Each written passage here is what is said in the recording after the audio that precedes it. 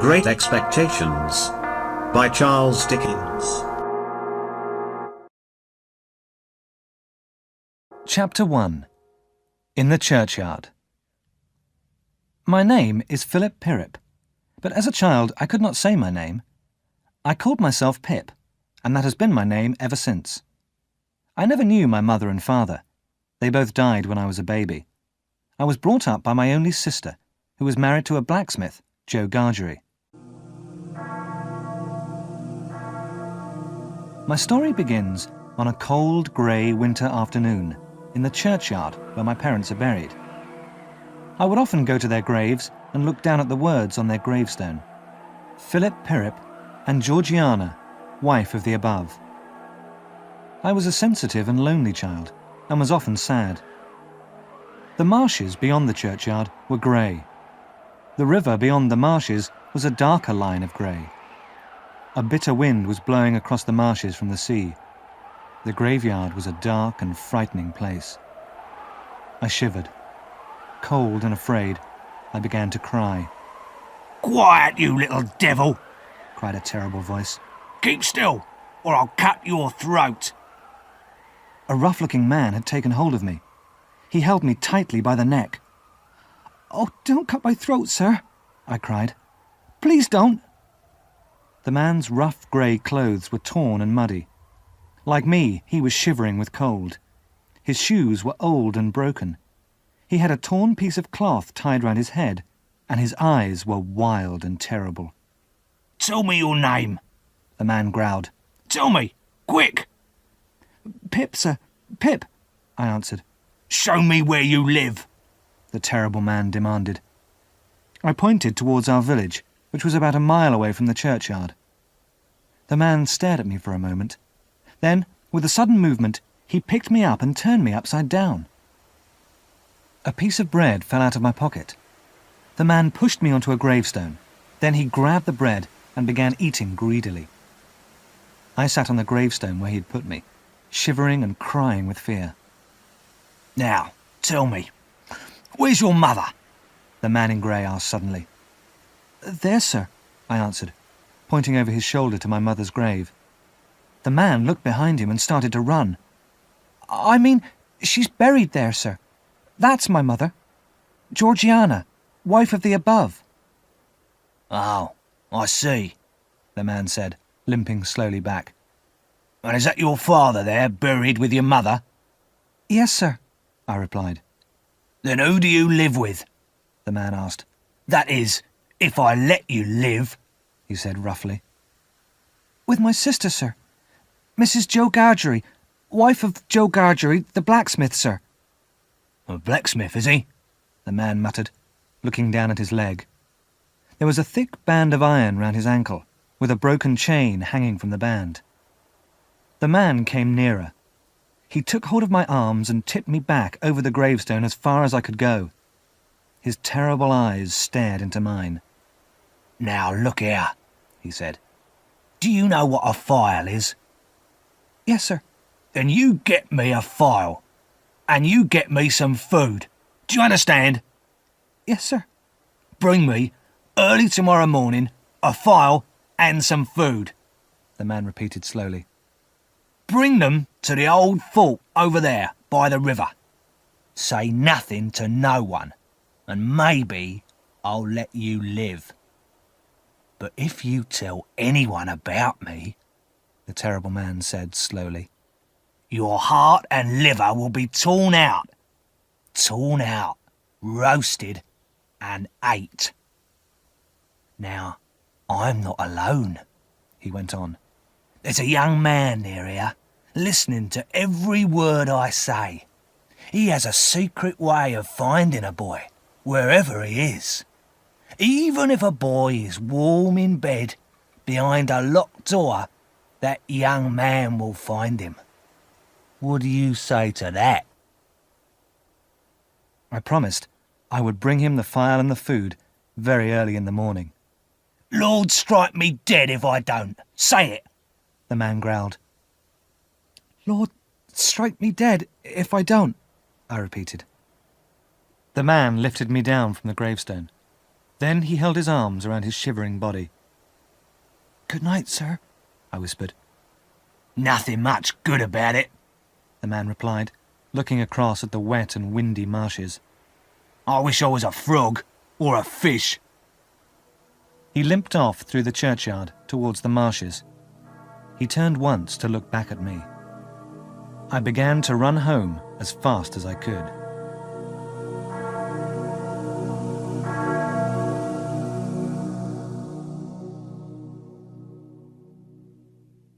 When I got home, the forge was shut up. Joe had finished work for the day. I opened the door of the house. I crept quietly into the warm kitchen and saw Joe sitting alone by the fire smoking his pipe. Joe Gargery was a huge, fair-haired man with kind blue eyes. He looked at me sadly. "Mrs. Joe has been out looking for you, Pip," Joe told me. "She's out there now, Pip, and she's got Tickler with her." This was very bad news. Tickler was a stick that I had often felt on my thin body. For although I had food, clothes, and shelter, my sister was a hard and angry woman and would often beat me. Her husband, Joe, was my only friend. "Has she been out long, Joe?" I asked nervously. "Well," said Joe, looking up at the clock, "this time she's been out about 5 minutes. And I hear her coming back, Pip, old chap," Joe added. "Get behind the door." My sister pushed open the door with a bang. She soon saw where I was hiding and beat me until I cried. Then she threw me angrily across the kitchen to where Joe was sitting. Joe quietly placed me in the corner near the fire and protected me with his own powerful body. My sister was 20 years older than me. She was tall and thin with a hard face and sharp black eyes. The rough red skin on her bony hands and face made her always look angry. "Where have you been, you young monkey?" Mrs. Joe cried, stamping her foot. "Tell me what you've been doing all this time." "I've been in the churchyard," I answered, crying. "Churchyard?" Mrs. Joe repeated sharply. "You'd have been in the churchyard long ago if it hadn't been for me. Who brought you up? Tell me that." "You did," I sobbed. "And why I did, I don't know," my sister exclaimed. "It's bad enough looking after this blacksmith, without being your mother too. One of these days you'll drive me to the graveyard, the pair of you." Joe said nothing. He was a simple, gentle man, and he never complained about Mrs. Joe's bad temper. But he protected me when he could, and I loved him for it. It was Christmas Eve, and Mrs. Joe was very busy. She was making the food for the Christmas meal next day. She made me stir the mixture for the Christmas pudding for an hour, and then I was allowed to sit by the fire with Joe. As I sat by the warm fire, I thought of the man on the cold, wet marshes. I remembered my promise to him. I thought of the young man who would find me and kill me if I broke that promise. The silence of the quiet night was suddenly broken by loud noises that seemed to come from the sea. "Are those the great guns, Joe?" I asked. Joe nodded. "Another convict's escaped," he said. "One got away last night, and the guns were fired for him. Now they're giving warning that a second one has escaped." "Who's firing the guns?" I asked. "Ask no questions and you'll be told no lies," my sister snapped in reply. "Mrs. Joe," I said politely, "I really should like to know, if you don't mind, where the firing comes from." "From the hulks! The hulks!" my sister answered. "And please, what are the hulks?" "Hulks are prison ships moored on the other side of the marshes," Mrs. Joe explained impatiently. "I wonder who's put into prison ships and why they're put there," I said.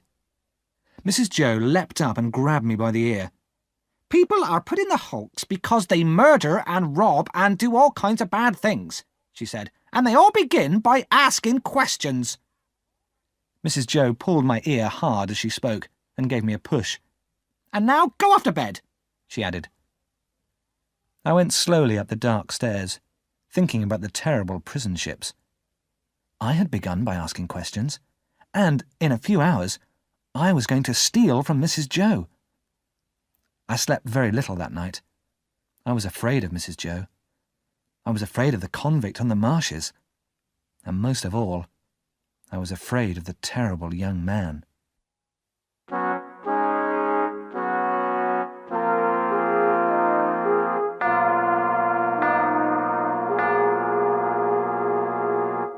At last, the grey light of dawn came into the sky. I got up and dressed. Quietly and carefully, I crept downstairs to the pantry. I found some bread, a piece of cheese, and a large bone with some meat on it. There was a bottle with a little brandy in it, and I took that too. Last of all, on the top shelf, I found a beautiful round meat pie. A door in the kitchen led into the forge.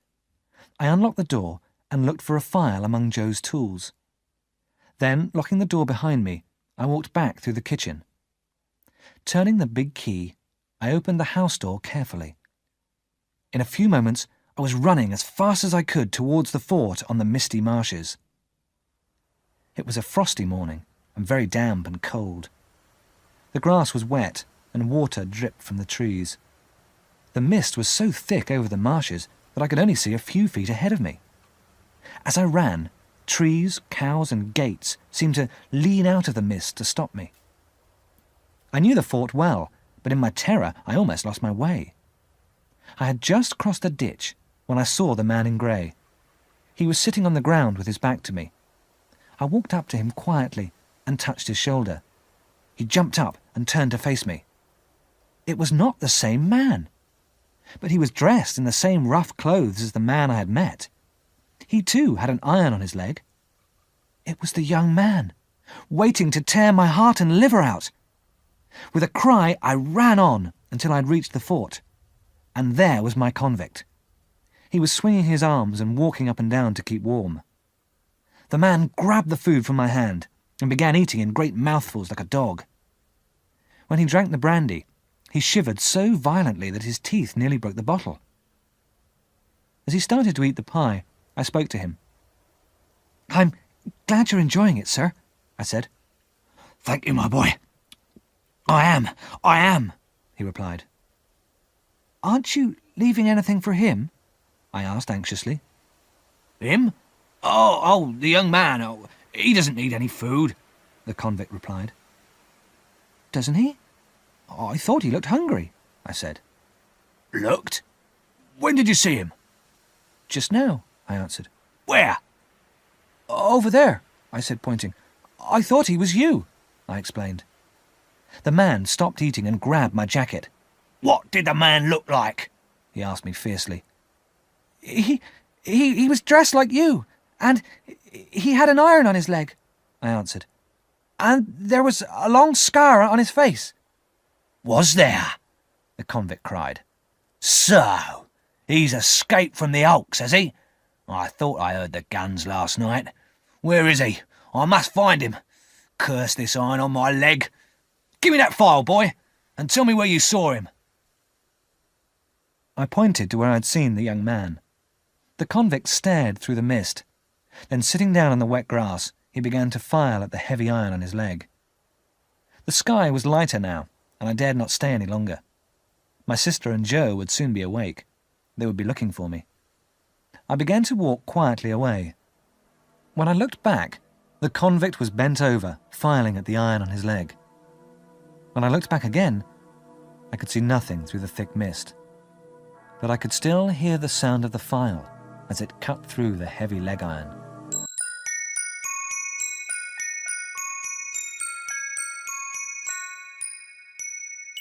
Chapter 2. Christmas Day.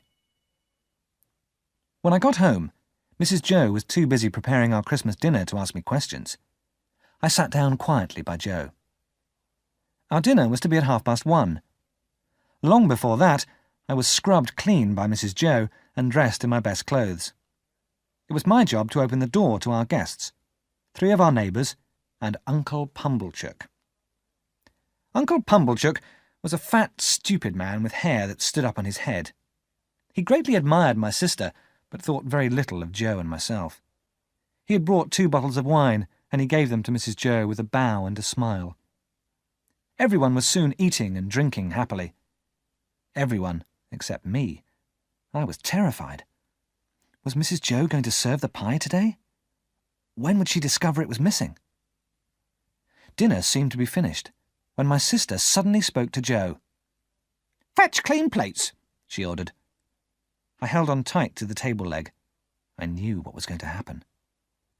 My sister smiled at her guests. "And now you must all taste another gift from Uncle Pumblechook," she said. "It's a delicious meat pie." "Well, Mrs. Joe, this has been a wonderful meal," Uncle Pumblechook said happily. "But I think I could eat a slice of that meat pie." My sister hurried into the pantry, and Uncle Pumblechook picked up his knife and fork. "You shall have a slice of pie, Pip," Joe whispered to me. I could not sit there any longer. Did I cry out or not? I can't remember.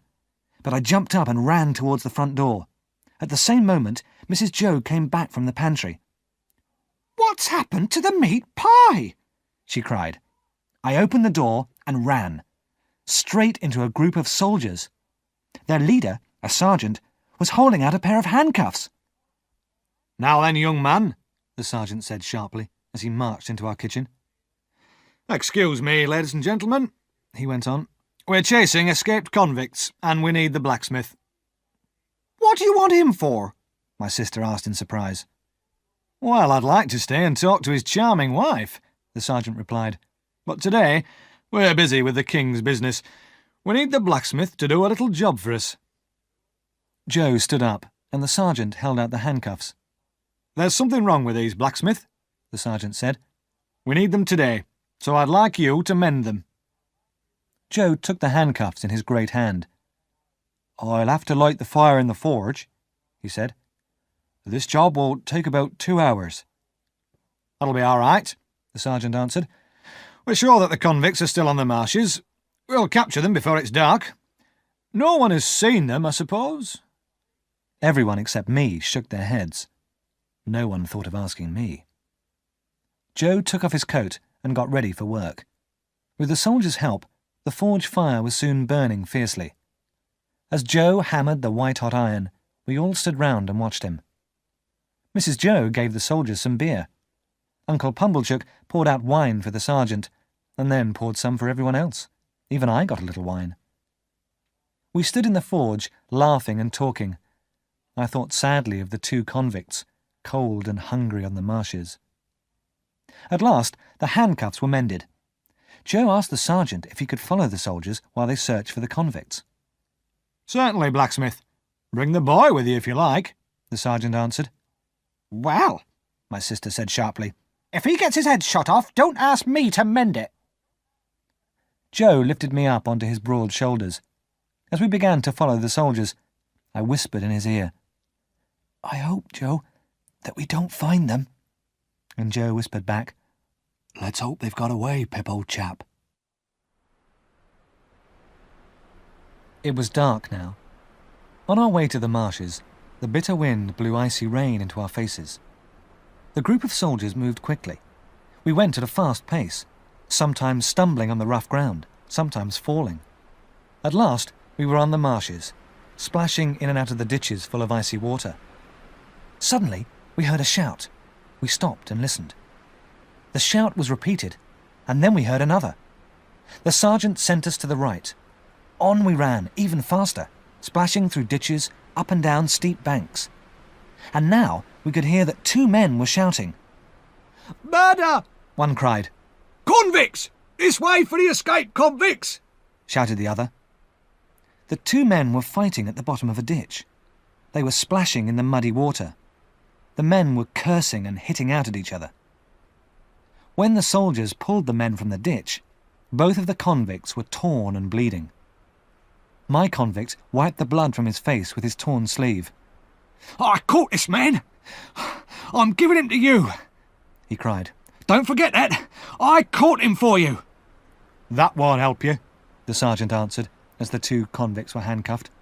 "I don't expect it to help me. I caught him, and that's enough for me," my convict answered. The other convict's clothes were torn and his face was bloody, but I could still see the scar on his cheek. He tried to murder me, Sergeant, the young man said. Tried? My convict repeated. Do you think I would try and not succeed? No, I caught him and held him here. I could have escaped, but I wouldn't let this gentleman get away. He tricked me once. I'll not let him trick me again. He tried to murder me, the other man repeated weakly. He's lying. He always was a liar, my convict answered. We were put on trial together, and he lied at the trial. He was scared of me then, and he's scared of me now. Look at him. Look at the gentleman convict, shaking with fear. That's enough, the sergeant said. Light the torches there, he shouted to the soldiers. It was very dark now. There was no moon. In the light of the torches, my convict turned and saw me for the first time. Wait a minute, my convict said to the sergeant. I wish to say something. I don't want anyone to be blamed for what I did. A man must eat. I took drink and food from the village. I took bread, cheese, brandy and a meat pie from the blacksmith's house. Has a pie been stolen from you? The sergeant asked Joe. Yes. My wife found out it was missing at the very moment you came in, Joe answered. That's right, isn't it, Pip? Then I'm very sorry I ate your pie, blacksmith, the convict said, not looking at me. You're welcome to it, poor miserable fellow, Joe said kindly. We don't know what you've done, but we wouldn't want you to starve, would we, Pip? The convict wiped his torn sleeve across his eyes and turned away. Joe and I watched as the two men were led away towards the sea and the prison ships. Days later, when I saw Joe looking for his file in the forge, I nearly told him the truth. But I was a coward, and too afraid of what he would think of me.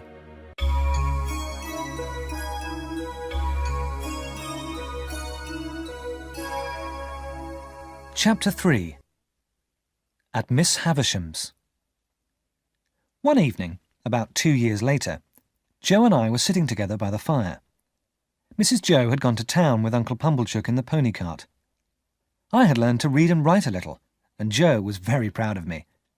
I was trying to teach him the alphabet, but the only letters he could recognise were J, O, and E. I think it's too late for me to learn, Pip, old chap, Joe said sadly. I never went to school. My mother wanted me to go to school, but my father would not let me. He was a hard man, Pip. My father was a blacksmith. He kept me away from school and made me work for him. He was cruel to my mother, and often beat her. That's why I let your sister do what she wants, Joe explained. She's hard on you, I know, Pip, but she has a good heart. She looked after you when your mother and father died. She was looking after you when she agreed to marry me.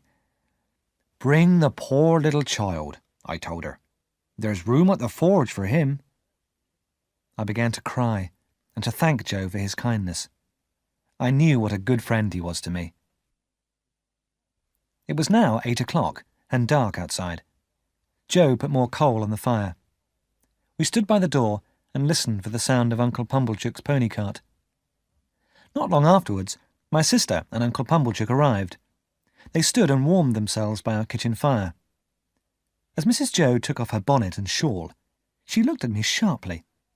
Well, this boy should be grateful to me now, she cried. Joe and I looked at each other in surprise. Quite right, Uncle Pumblechook replied. He should be grateful for the opportunity she's given him. Joe and I were even more surprised. Well, what are you staring at? Mrs. Joe snapped. Her face was redder than ever with the cold. She was mentioned, Joe began politely. Miss Havisham isn't a he, I suppose? My sister answered sharply. Miss Havisham who lives in town? Joe asked in surprise. How does Miss Havisham know Pip? She never leaves her house, does she? She doesn't know Pip, but she does know Uncle Pumblechook, Mrs. Joe explained impatiently. She wants a boy to go to her house and play. Uncle Pumblechook kindly mentioned this boy here. So, he's going back to town with Uncle Pumblechook tonight, and tomorrow he'll play at Miss Havisham's, or I'll play with him. Without another word, Mrs. Joe grabbed hold of me with her bony hands. She washed and scrubbed me until I could hardly breathe. Then I was dressed in my best clothes and given to Uncle Pumblechook. "Goodbye, Joe," I cried, as I was pushed out of the door by Mrs. Joe. "Goodbye, and God bless you, Pip, old chap," Joe answered. In a moment, I was sitting in Uncle Pumblechook's pony cart, and we were on our way to town. At 10 o'clock the next morning, Uncle Pumblechook drove me to Satis house, where Miss Havisham lived. The house was very big and gloomy. The tall iron gates in front of the house were locked. Uncle Pumblechook rang the bell, and we waited. In a few minutes, a beautifully dressed girl came across the paved courtyard towards us. She was very pretty, and she looked very proud. "What name?" the girl asked. "Pumblechook, and this is Pip," Uncle Pumblechook answered politely. "This is Pip, is it?" the girl said, looking at me scornfully. "Come in, Pip." The girl was carrying a large bunch of keys. She unlocked the gate with one of them and held the gate open. I went in, and Uncle Pumblechook started to follow, but the girl stopped him. "Do you wish to see Miss Havisham?" she asked. "If Miss Havisham wishes to see me," Uncle Pumblechook began. "But she doesn't," the girl said sharply. "Come along, boy." She locked the gate and led me across the courtyard.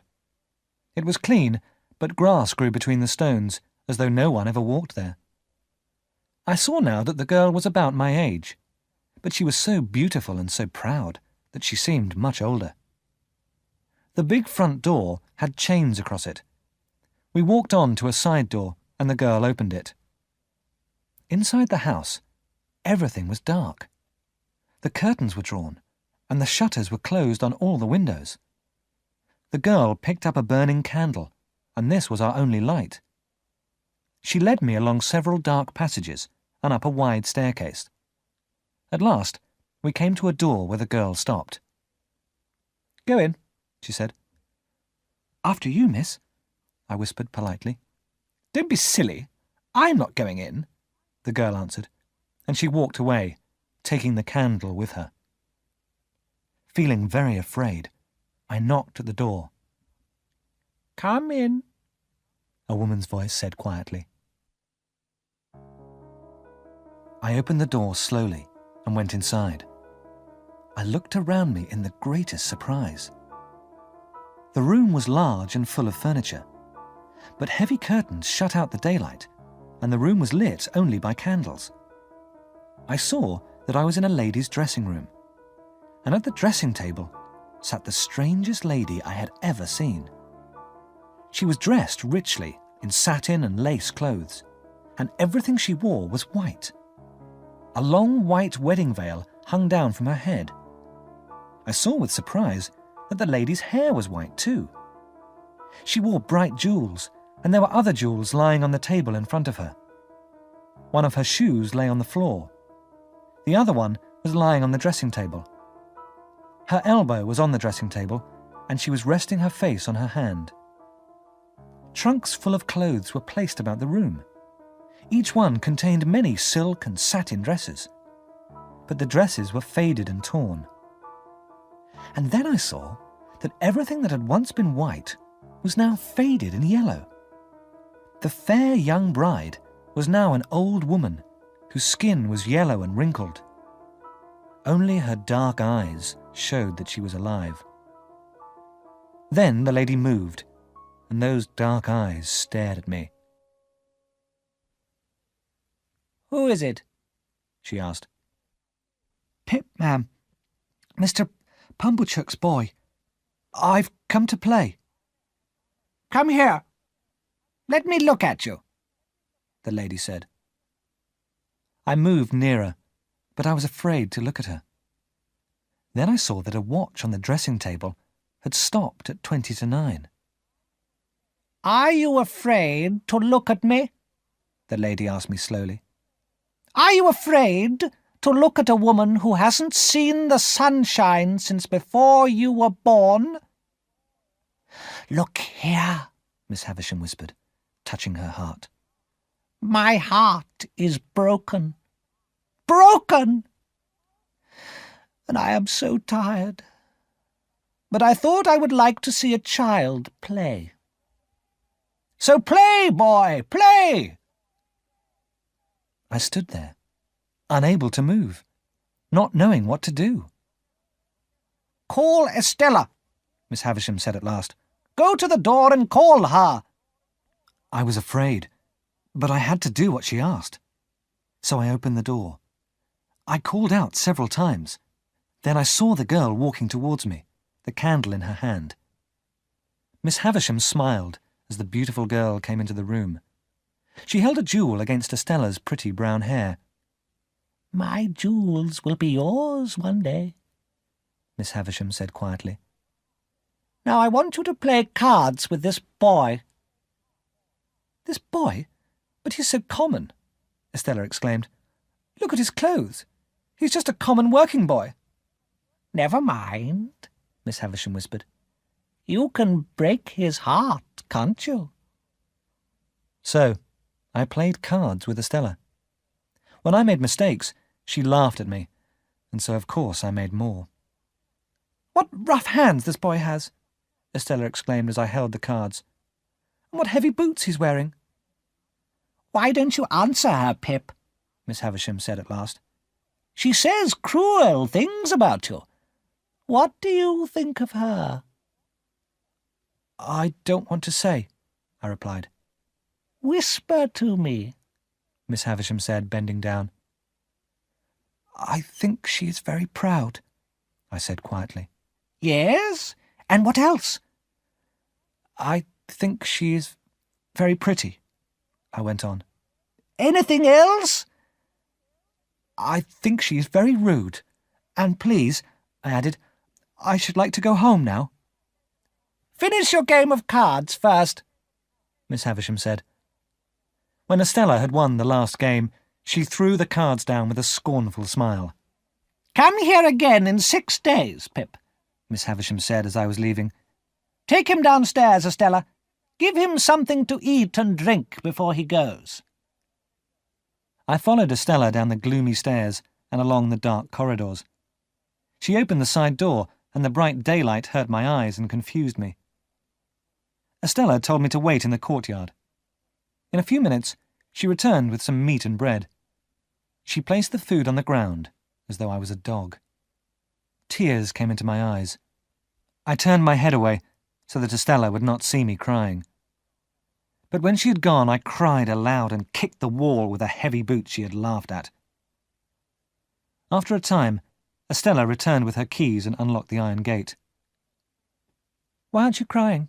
She asked me with a smile. Because I don't want to, I replied. Yes, you do, she said.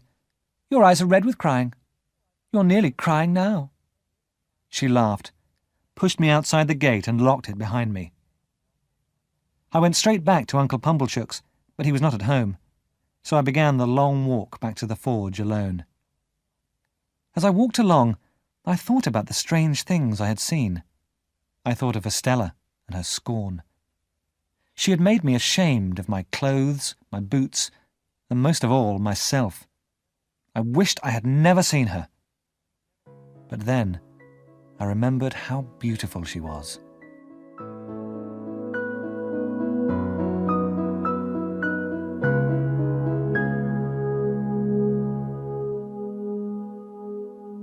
Chapter 4.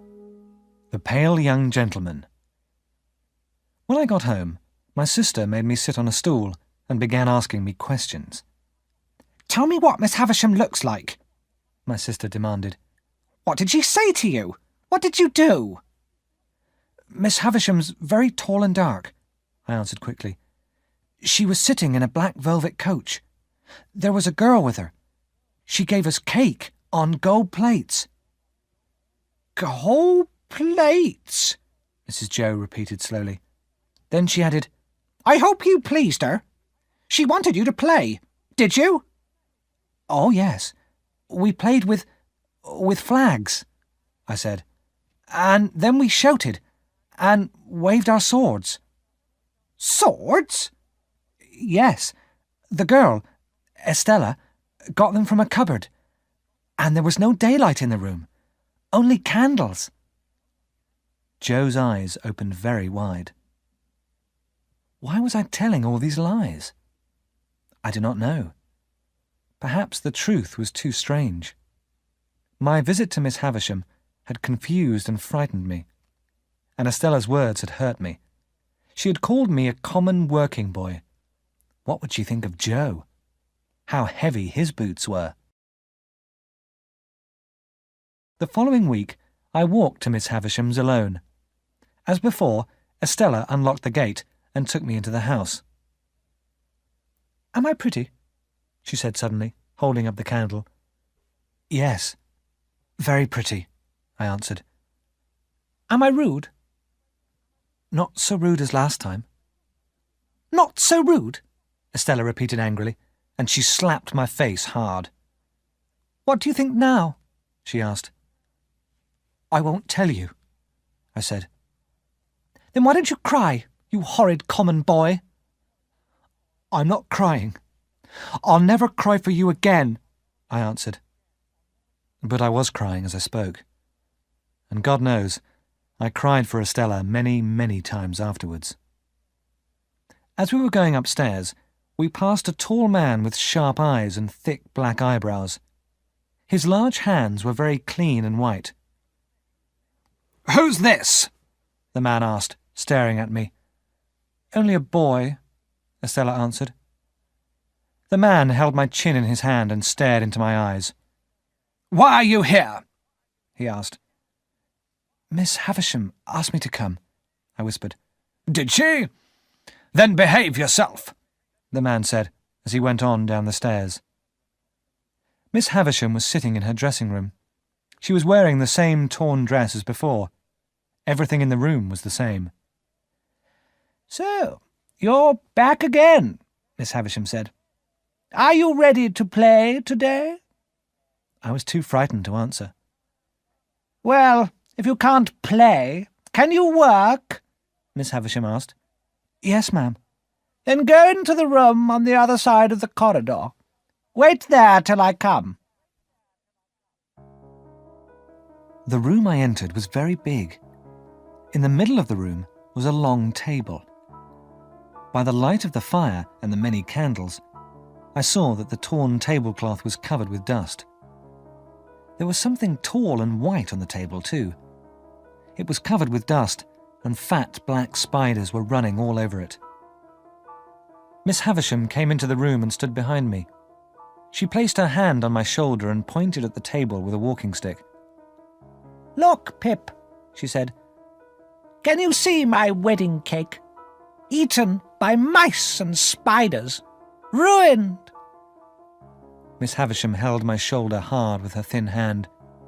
"Help me walk, Pip," she said. We walked slowly round and round the long table, the strange old lady leaning on my shoulder. "Today is my birthday, Pip," Miss Havisham said. "Many years ago it should have been my wedding day. The dress I am wearing now was new then, and I was young. Everything is old and ruined now. Time has ruined me too, and broken my heart." What could I say? We stood there, very quiet in the candlelight. "Call Estella," Miss Havisham said at last. "Play with her again. I want to see her beat you at cards again." So Estella and I played cards. She won every game. Miss Havisham smiled and held bright jewels against Estella's hair. How beautiful the proud girl looked. Miss Havisham was soon tired, and I was sent downstairs. When I had eaten, I walked sadly through the courtyard and into an overgrown garden. No one had looked after the garden for years. Weeds grew everywhere. Turning a corner, I came face to face with a fair-haired boy of my own age. "Hello," said this pale young gentleman. Who let you in? Miss Estella, I answered. Oh, did she? Then let's fight. I stared at the boy in surprise. Then suddenly he pulled my hair and hit me hard in the stomach with his head. I was so surprised that I hit him hard. So, you do want to fight, do you? The pale young gentleman cried. Come on, then. Then he raised his fist like a boxer and began waving them in front of my face. I hit him again, and he fell backwards onto the ground. When he got up, his nose was bleeding. A minute later, I had hit him in the eye. "You've won," he said weakly. "Shake hands." So we shook hands, and the young gentleman walked quietly away. Estella was waiting for me at the gate. Her eyes were bright and shining. I knew she'd been watching the fight. "You can kiss me if you like," she said. I was confused but happy. I kissed her gently on the cheek. A few minutes later, I began my long walk home.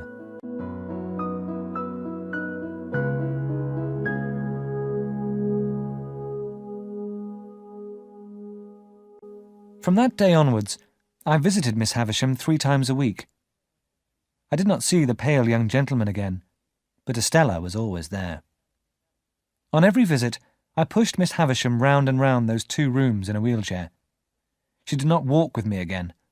Instead, I pushed her in her chair. As I walked behind her, Miss Havisham questioned me. I told her I was going to be apprenticed to Joe when I was old enough. I told her that I knew nothing, but wanted to know everything. I told her I wanted to be educated. I told her how I wanted to be a gentleman. Perhaps I hoped that Miss Havisham would pay for my education, but she never suggested it. Sometimes Estella was kind to me, but more often she was rude and cruel. I could not understand this proud, beautiful girl who had made me so unhappy.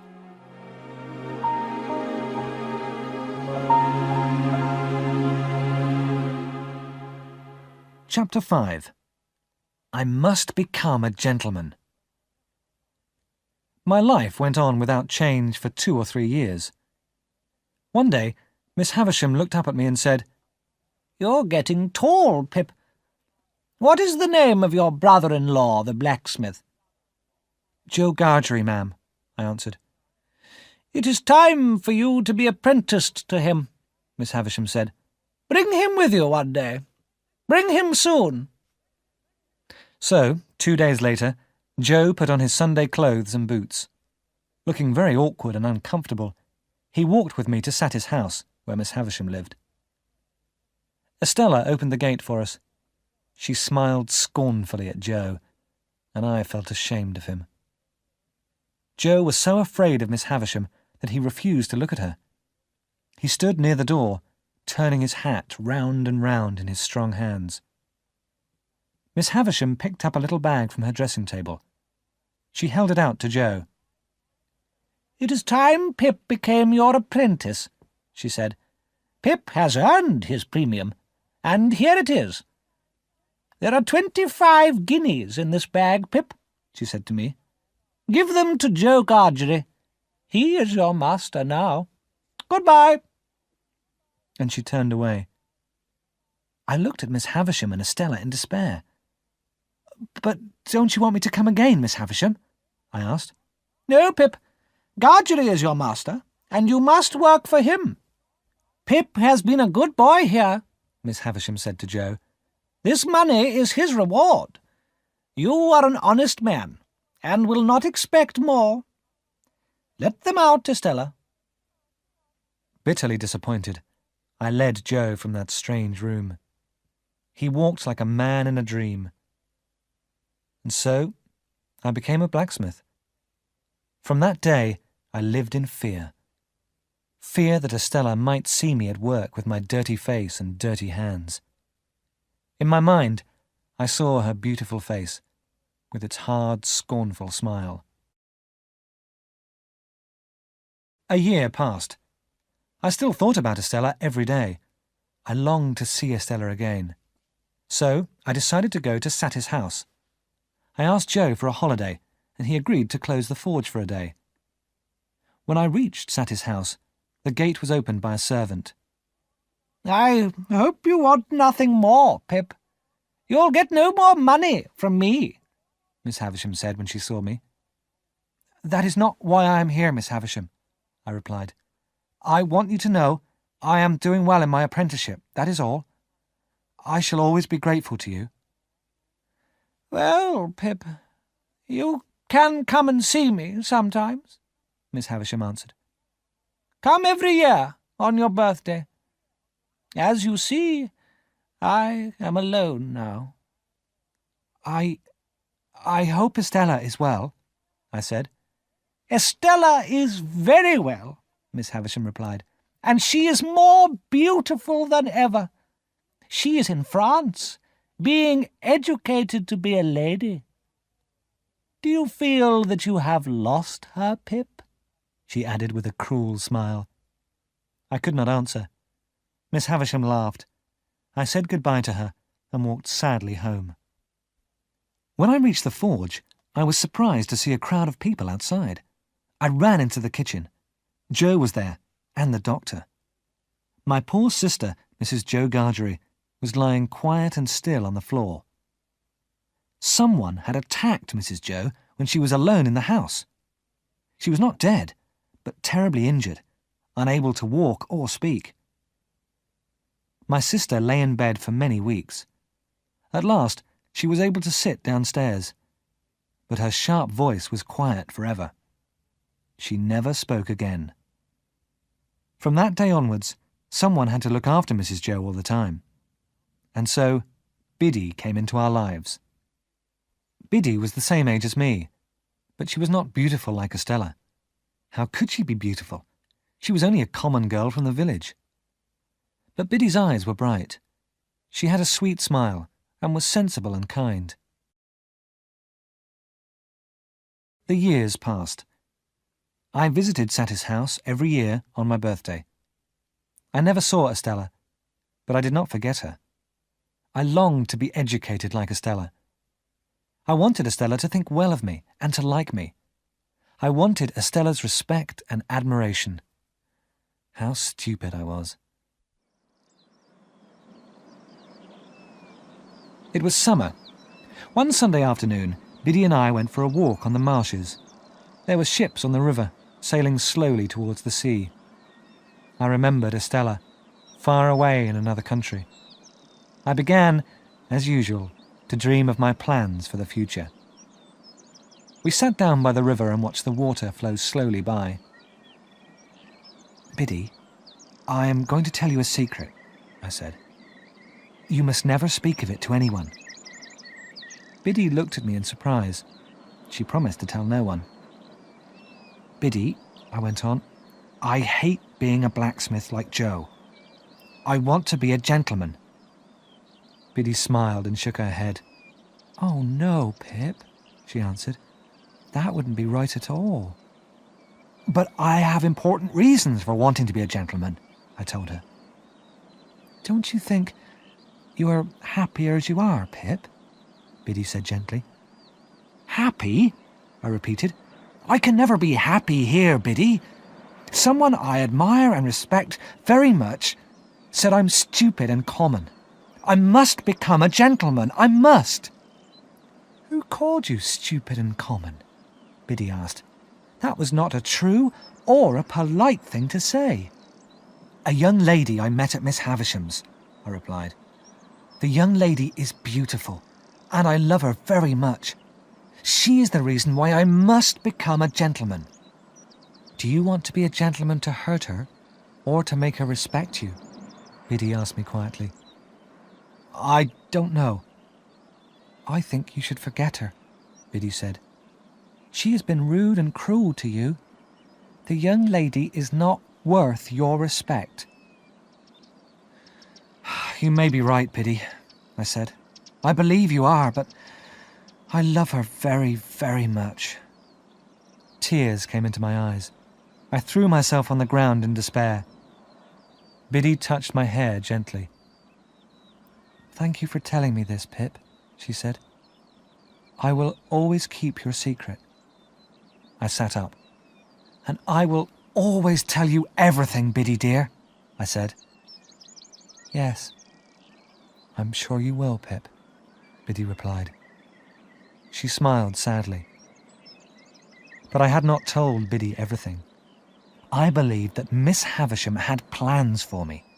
I hoped that she would give me money for my education, money to make me a gentleman.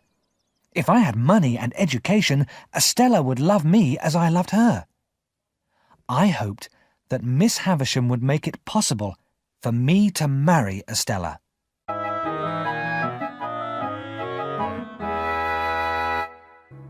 Chapter 6. Great Expectations.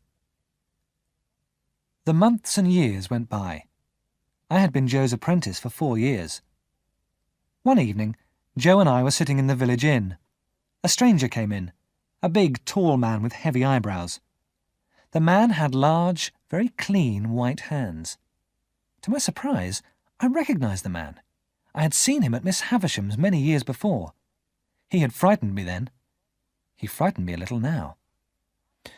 "I think there is a blacksmith here, name of Joe Gargery," the man said in his loud voice. "That's me," Joe answered. He stood up. "You have an apprentice, known as Pip," the stranger went on. "Where is he?" "Here," I cried, standing beside Joe. "I wish to speak to you both. I wish to speak to you privately, not here," the man said. "Perhaps I could go home with you." We walked back to the forge in silence. When we were in the sitting room, the man began to speak. "My name is Jaggers," he said. "I am a lawyer in London, where I am well known. I have some unusual business with young Pip here. I am speaking for someone else, you understand. A client who doesn't want to be named. Is that clear?" Joe and I nodded. "I have come to take your apprentice to London," the lawyer said to Joe. "You won't stop him from coming, I hope?" "Stop him? Never!" Joe cried. "Listen, then. I have this message for Pip. He has great expectations." Joe and I looked at each other, too surprised to speak. "Yes, great expectations," Mr. Jaggers repeated. "Pip will one day be rich, very rich. Pip is to change his way of life at once. He will no longer be a blacksmith. He is to come with me to London. He is to be educated as a gentleman. He will be a man of property." And so, at last, my dream had come true. Miss Havisham, because Mr. Jaggers' client must be Miss Havisham, had plans for me after all. I would be rich, and Estella would love me. Mr. Jaggers was speaking again. "There are 2 conditions," he said, looking at me. "First, you will always be known as Pip. Secondly," Mr. Jaggers continued, "the name of your benefactor is to be kept secret. One day that person will speak to you face to face. Until then, you must not ask any questions. You must never try to find out this person's name. Do you understand? Speak out." "Yes, I understand," I answered. "My benefactor's name is to remain a secret." "Good," Mr. Jaggers said.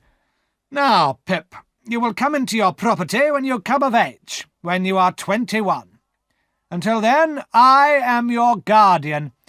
I have money to pay for your education and to allow you to live as a gentleman. You will have a private teacher. His name is Mr. Matthew Pocket, and you will stay at his house." I gave a cry of surprise. Some of Miss Havisham's relations were called Pocket. Mr. Jaggers raised his eyebrows. "Do you not want to live with Mr. Pocket? Have you any objection to this arrangement?" he said severely. No, none at all," I answered quickly. "Good. Then I will arrange everything," Mr. Jaggers went on. "Mr. Pocket's son has rooms in London. I suggest you go there. Now, when can you come to London?" I looked at Joe.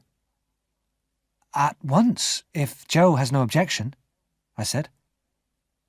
"No objection, Pip, old chap," Joe answered sadly.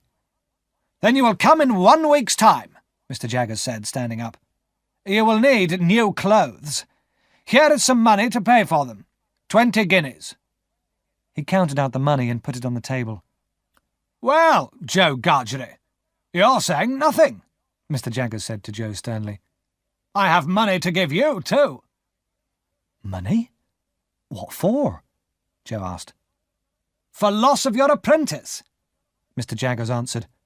"Mr. Pip has been your apprentice, and now you are losing him."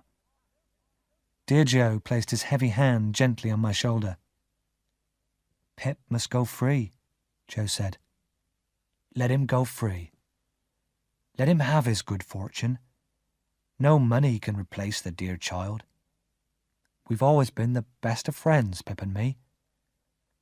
Ever the best of friends." Joe could not say any more. He wiped away a tear. And so, my whole life changed. How happy I was! But Biddy and Joe were sad and quiet. This upset me. Why were they not pleased at my good fortune? The next few days passed slowly for me. I bought new clothes, boots, and a hat. I decided to say goodbye to Miss Havisham before I left for London. "How smart you look, Pip," Miss Havisham said when she saw me. "You look like a gentleman. Why is this?" "I have had good fortune since I last saw you, Miss Havisham," I said with a smile. "I am so grateful, Miss Havisham, so grateful." I know. I have seen Mr. Jaggers, Pip," Miss Havisham answered. "He tells me you have great expectations. You now have a rich benefactor, and you are leaving for London tomorrow." "Yes, Miss Havisham." "Well, be good then, Pip, and do what Mr. Jaggers tells you. Goodbye, Pip. You must keep the name of Pip, you know." "Goodbye, Miss Havisham." Miss Havisham smiled and held out her hand. I bowed and kissed it. On my last evening at the forge, Biddy cooked a special supper, and I wore my new clothes. The London coach left the town at 6 o'clock the next morning. I told Biddy and Joe that I wanted to walk to the town alone. Was I ashamed to be seen with them there? I'm afraid I was. I said goodbye to Mrs. Joe, then to Biddy and Joe. Biddy and Joe were both in tears as I waved goodbye for the last time. I walked on, and then my own tears began to fall. As I got nearer to the town, the morning mist disappeared and the sun shone. I was on my way to London. I was a young man with great expectations.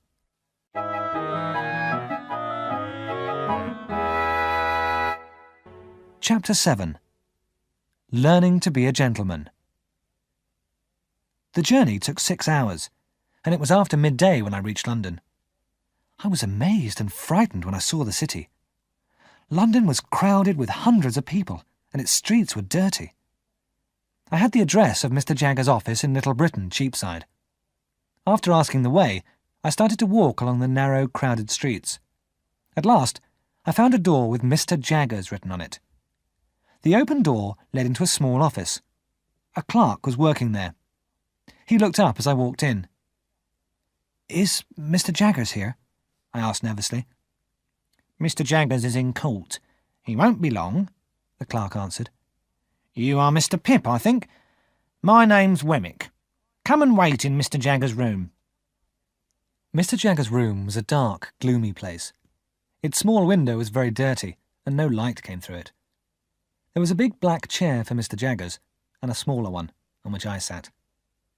Mr. Wemmick, the clerk, went on with his work. Mr. Jaggers' clerk was a short, neat man about 50 years old.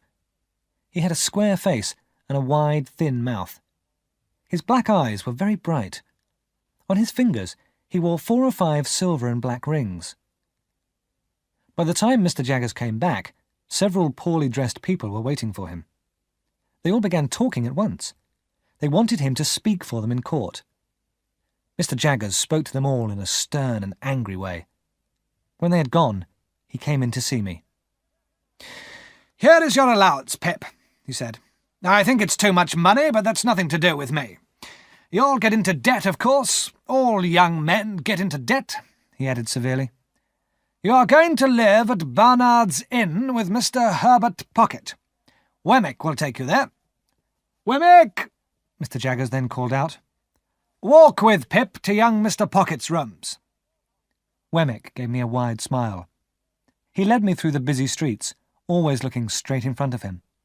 "Here we are, Barnard's Inn," Wemmick said, turning down a narrow street into a little square. He led me to the corner building and pointed up some steep stairs. "Up there, top floor," he added. "As I look after your allowance, I expect we shall meet often. Goodbye, Pip." I found Herbert's name on a door at the top of the stairs. Under his name there was a piece of paper. It said, "Back soon." I waited. A few minutes later, I heard quick footsteps on the stairs. A pale young man appeared, carrying a basket of strawberries. "Mr. Pip, isn't it?" the young man said with a smile. "I went to the market for some fruit. My father tells me you're to be my companion. I hope you will like living here. I'm sure we shall be friends." As the young man unlocked the door, I stared at him in surprise. Then he began to stare at me. "Why, you are the boy I fought in Miss Havisham's garden!" Herbert exclaimed. "And you are the pale young gentleman," I answered. We both laughed cheerfully and shook hands. "It all seems so long ago," Herbert said. "Miss Havisham is my father's cousin. She's a very strange woman.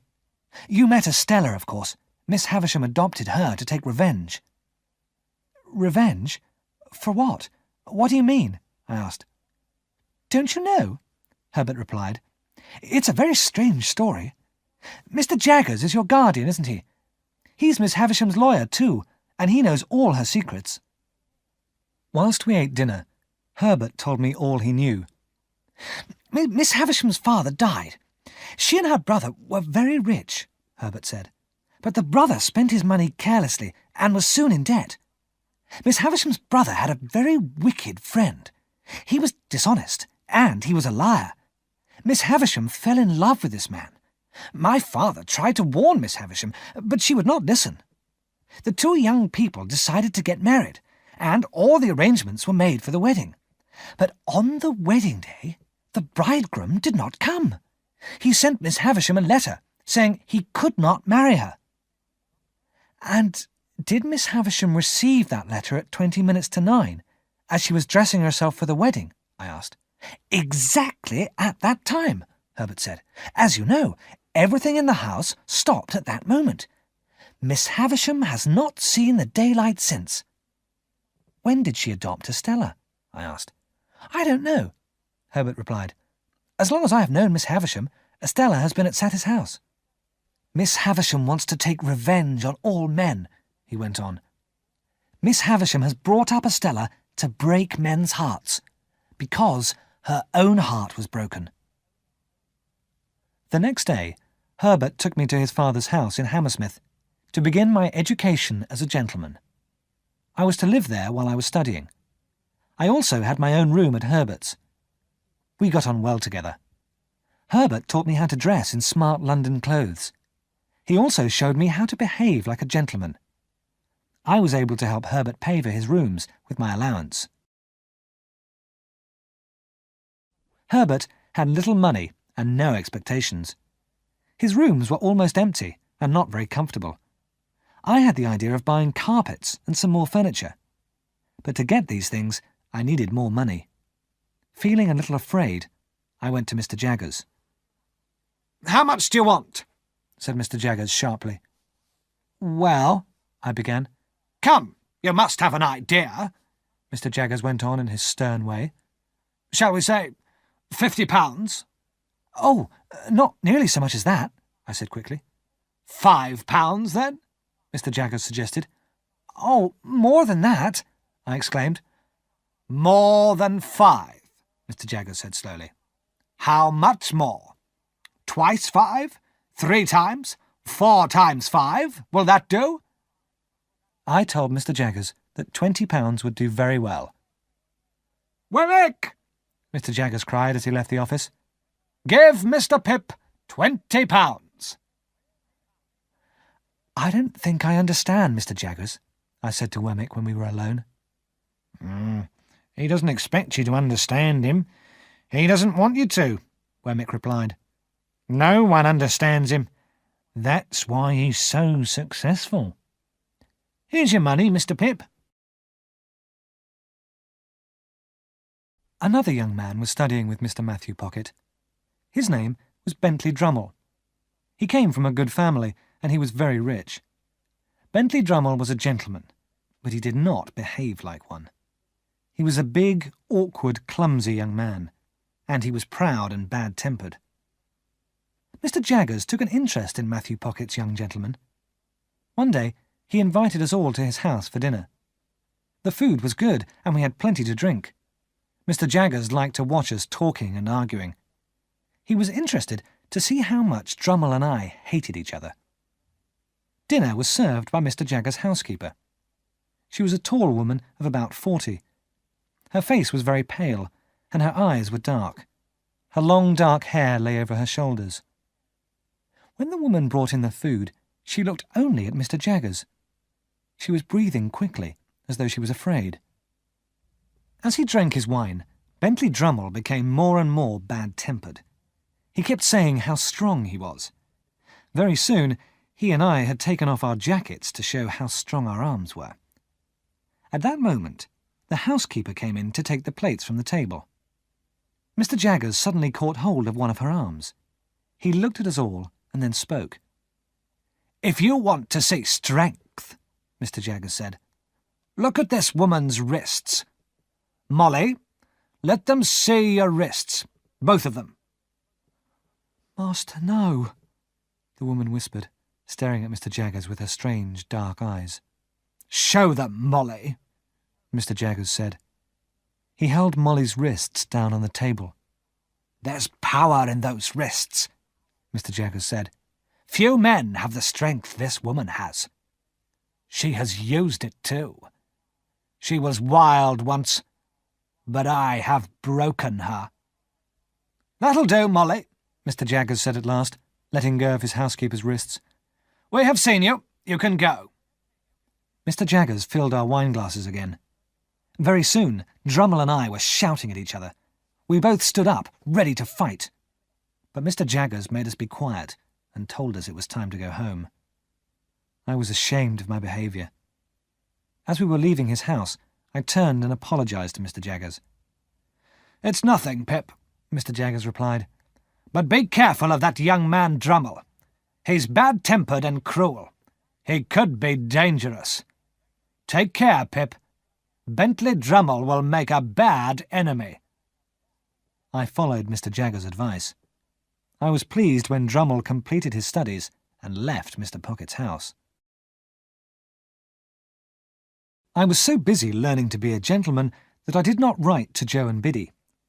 They were part of my old life, a life I wanted to forget. I was a gentleman now. I did not want to remember that I had been a poor, uneducated blacksmith. Then, one day, I received a letter. My dear Mr. Pip, I am writing to you at the request of Mr. Gargery. He is going to London and will call on you at 9 o'clock on Tuesday morning. Your poor sister, Mrs. Joe, is still not well. Mr. Gargery and I talk about you every night. Your servant and friend, Biddy.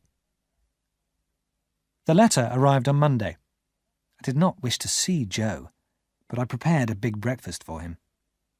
Herbert and I were ready and waiting long before 9 o'clock.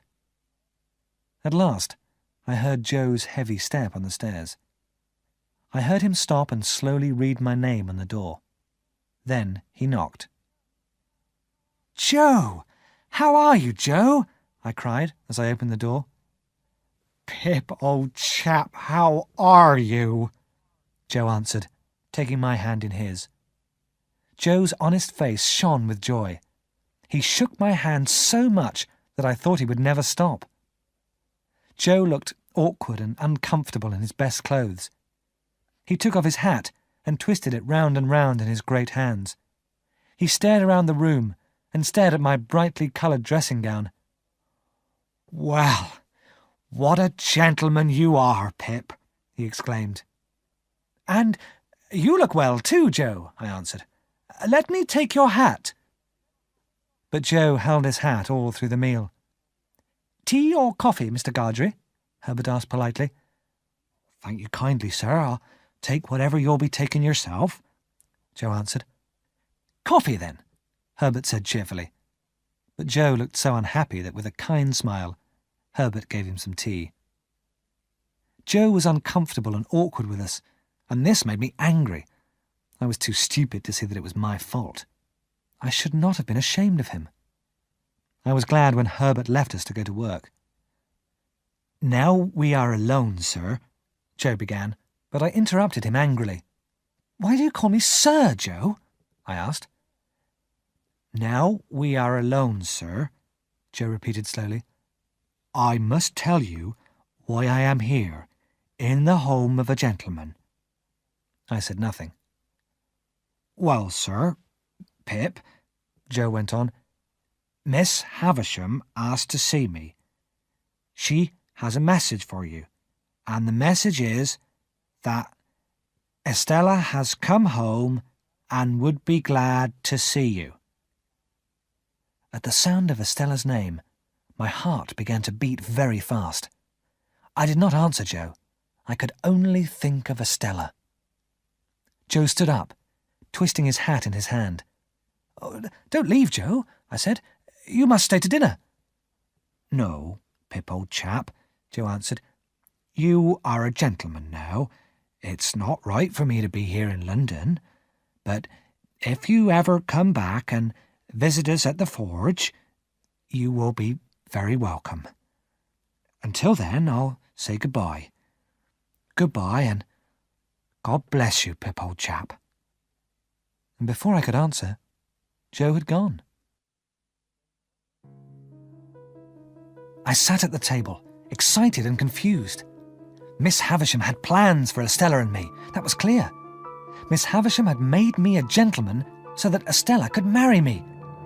With joy in my heart, I began to prepare for my journey.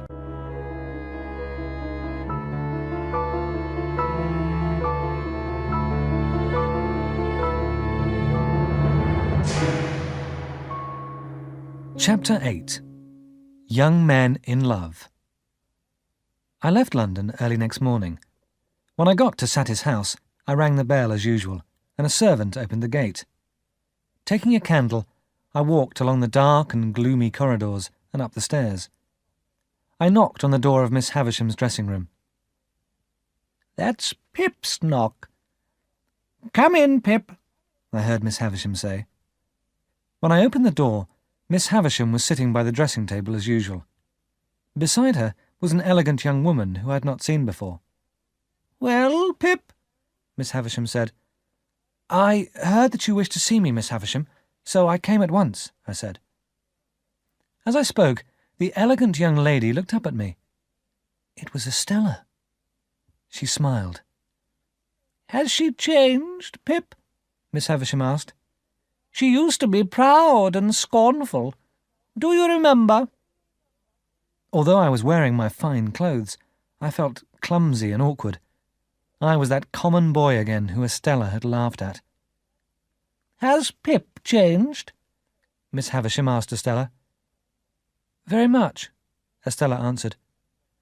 As we talked, Estella's smile tore at my heart.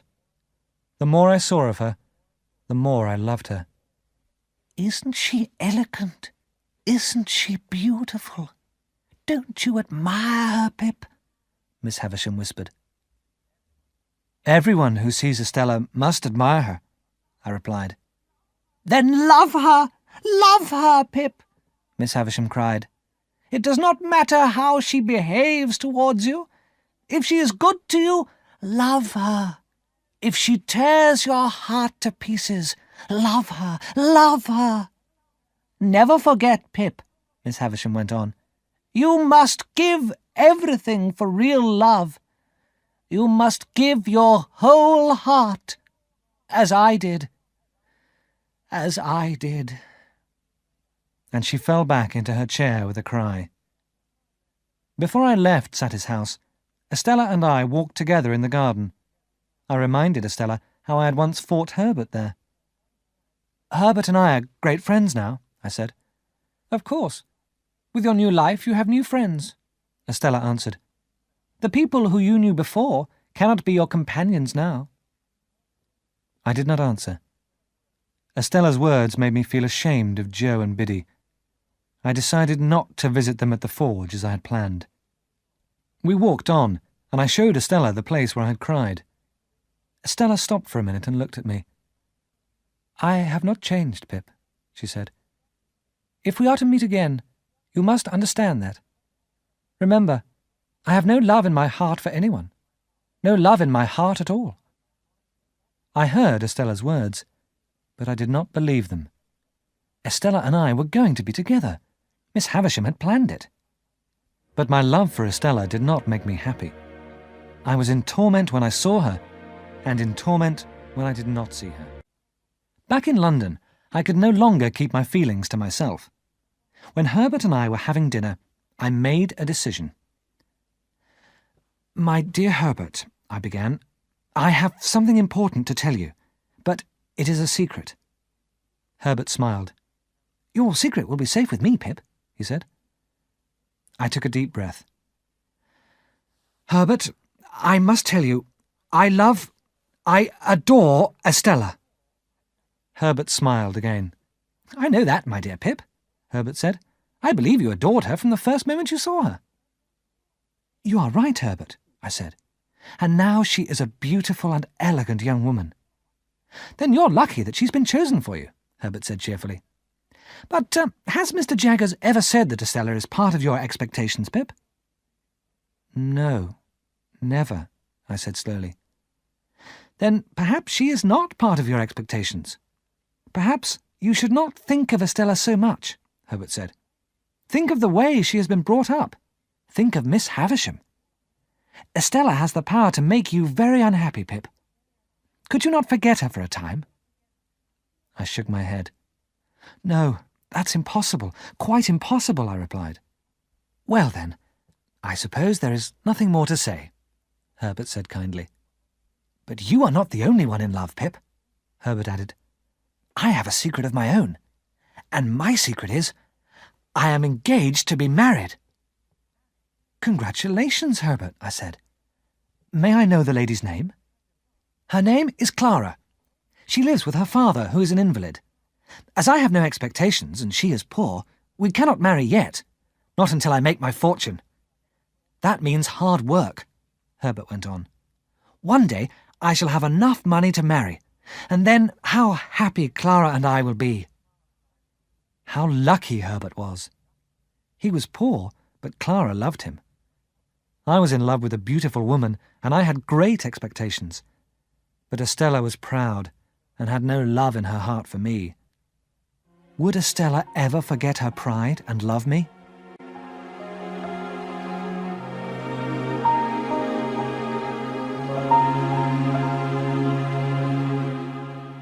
Chapter 9. I Come of Age. I now come to a time of my life of which I am bitterly ashamed. I forgot my old friends Joe and Biddy. I did not visit them at the forge. I spent too much money and got into debt. I thought only of the time when I would be 21, the time when I would receive my fortune and be able to marry Estella. One day I received a message from Estella. It was a short note, but it made me very happy. Satis house. I am coming to London in 2 days' time. Miss Havisham wants you to meet me at the coach office in Cheapside. The coach arrives at 5 o'clock. Yours, Estella. I met Estella at the coach office and then took her to Richmond. She was more beautiful than ever. Estella was going to live in the house of an important lady. She was going to be introduced to the rich and powerful people of London society. Now that Estella was living in London, I tried to see her as often as I could. I would often go to Richmond and wait for many hours outside her house, hoping to see her. Sometimes Estella allowed me to see her, and once she let me kiss her. But she was often as proud and cold as she had been in the old days. At this time, I started to get more and more into debt. Living in London cost a lot of money. I bought fashionable clothes and expensive food and drink. Herbert and I joined a club for young gentlemen, and we went to the theatre, the opera, and well-known restaurants. But the allowance I received was not enough to pay all of my debts. And Herbert was poor, and he did not have the expectation of a fortune. He could not pay his debts. On my 21st birthday, I would come of age. I would become a rich man of property. On that day, I would receive my fortune. I waited anxiously for that day. I had not seen Biddy and Joe for many months. Then one day a letter arrived from Biddy with bad news. My sister, Mrs. Joe, was dead. I went by coach from London to the funeral in the country. My sister was buried near my parents, in that lonely churchyard near the marshes. As I stood in the graveyard beside Biddy and Joe, I thought of the convict I had met there long ago. In my mind, I saw his face and heard his terrible voice. I remembered how he had frightened me. Now that Mrs. Joe was dead, Biddy was going back to the village. She was going to teach in the school.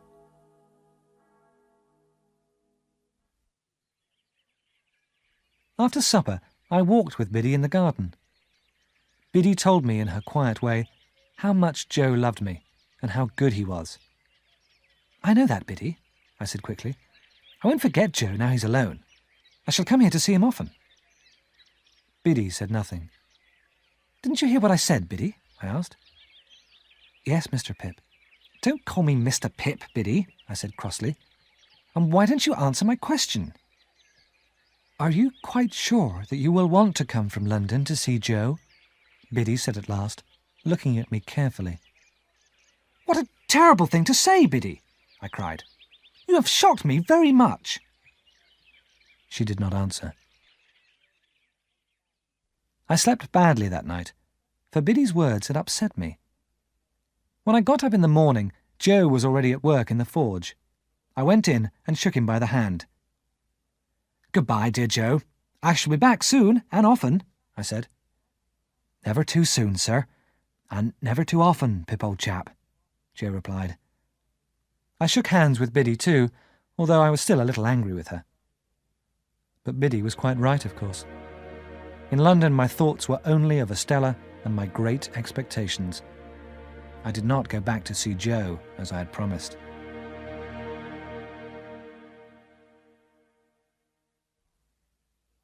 And then, at last, it was my 21st birthday. Mr. Jaggers called me to his office. I first shook hands with Wemmick, and then went in to Mr. Jaggers. "Congratulations, Mr. Pip," the lawyer said. "I expect you have some questions to ask me. I shall answer them if I can." I took a deep breath and began to speak. "Am I going to learn the name of my benefactor today, Mr. Jaggers?" "No. Ask me another." "Will I know the name soon?" "I can't answer that at the moment," Mr. Jaggers said. "Have you another question?" "Have I anything to receive, sir?" Mr. Jaggers smiled and asked me a question. "You are in debt, I suppose?" I said nothing. "Come, Pip, are you in debt or not?" "I'm afraid I am, Mr. Jaggers." "Of course, you know you are," he said. "Wemmick," he called, "give Mr. Pip that piece of paper. Now, take it in your hand and look at it, Pip." "This is a banknote for £500, I said in surprise. "Right, and that sum of money is yours, Pip. It is a small part of your expectations. You will have that sum of money each year. You will not get into debt. Later, you will learn the name of your benefactor. These are my instructions." I thought for a moment. Is it possible that my benefactor may come to London, or ask me to go anywhere else?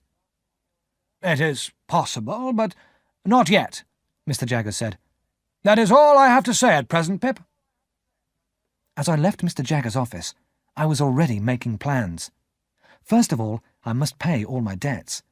Secondly, I wanted to help Herbert. Herbert worked hard, but he had no money and no expectations. I knew that Herbert would not accept money from me. So, with Wemmick's help, I made arrangements for him to become a partner in a small business in London. He would work hard and soon be able to marry Clara. My expectations would help them both.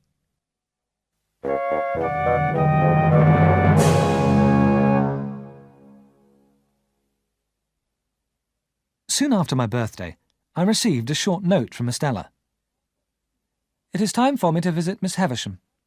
She tells me you must take me to Satis House. The day after tomorrow, if you please. Estella." Everything at Satis House was the same. We sat together by the fire in the big room. Miss Havisham looked at Estella, proud of her beauty. Estella told Miss Havisham about all her admirers. Miss Havisham asked many questions and listened to Estella's answers with a cruel smile. As Estella was speaking, Miss Havisham held her arm tightly.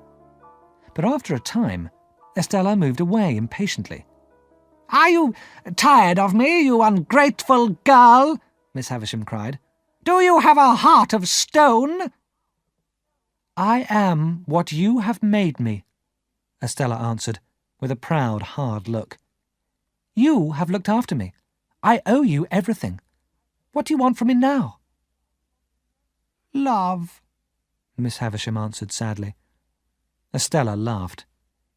"You adopted me. You became my mother," Estella said. "All that I am, all that I have is yours. But I cannot give you what you never gave me, love." "I gave her love, didn't I?" Miss Havisham cried, looking at me. "I gave her all the love I had. Strong, burning love. You know I'm telling the truth." "Your love was not true love," Estella answered coldly. "Your plan has always been clear. You wanted revenge for the love you lost. I have learnt your lessons well. I have always followed your teaching." "So proud, so hard," Miss Havisham said, crying softly. "Who taught me to be proud? Who praised me when I was hard?" Estella replied. "But not proud and hard to me? You cannot be proud and hard to me, Estella," Miss Havisham cried, holding out her arms to the beautiful girl. Estella looked at Miss Havisham coldly. "I have never forgotten the wrong done to you. I have behaved as you wanted me to behave," Estella said. "I am what you have made me. That is all." Miss Havisham sank down on the floor, crying bitterly. Her long white hair spread out around her. "But I wanted you to love me! Love me!" she cried. Estella, tall and straight, stared at the fire. After a time, we helped Miss Havisham to her feet. When I left, the two women were sitting side by side, silent in that terrible, decaying room. In London, Estella had many admirers.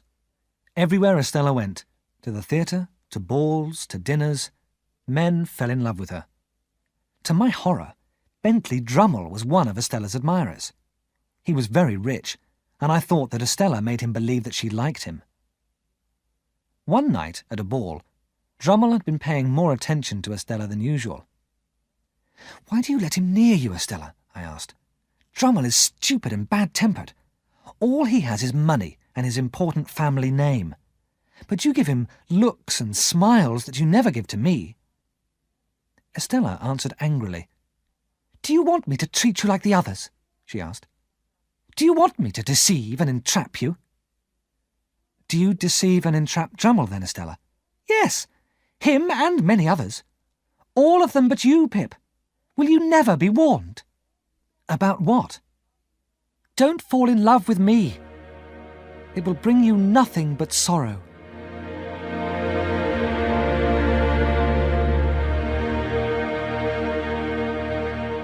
Chapter 10. Abel Magwitch. 2 years passed, and I was 23 years old. I was still living with Herbert, but we now had rooms near the river. Herbert's business was doing very well. His company now had offices overseas, and Herbert often went away on business.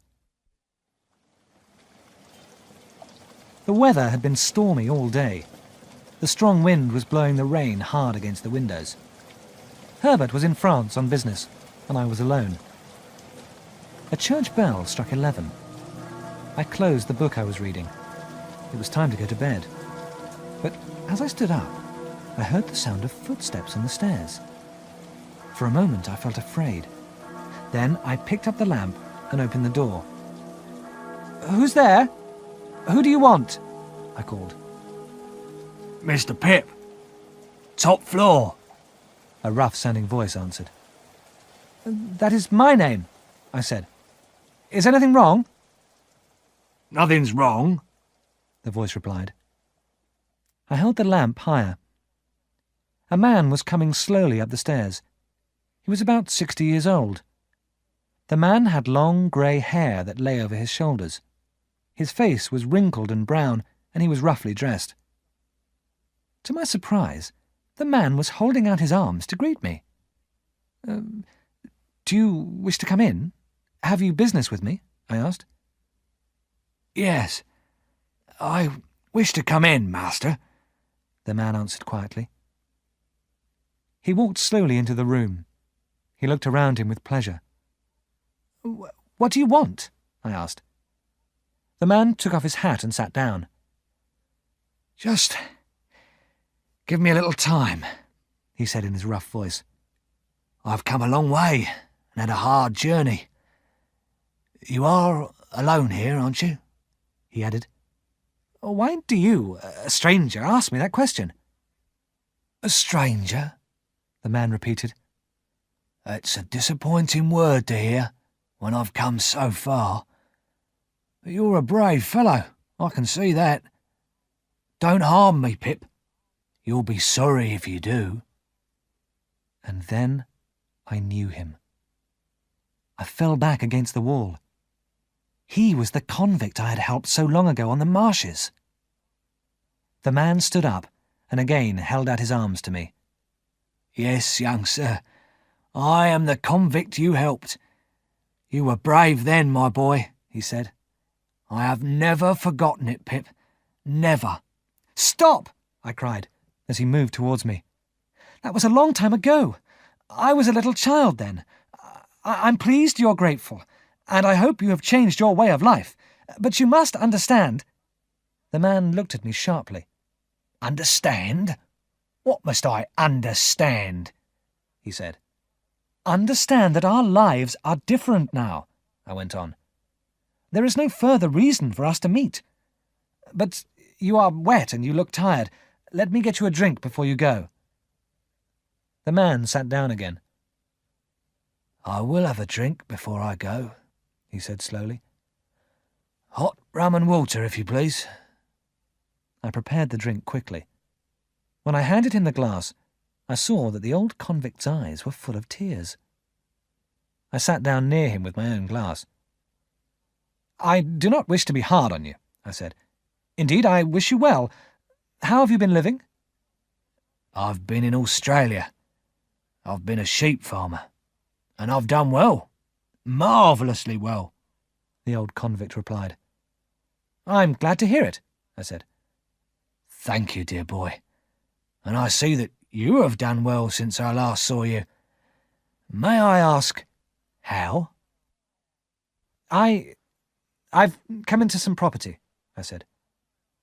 May I ask, what property? May I ask, whose? For some reason, I began to shake with fear. "I don't know," I answered.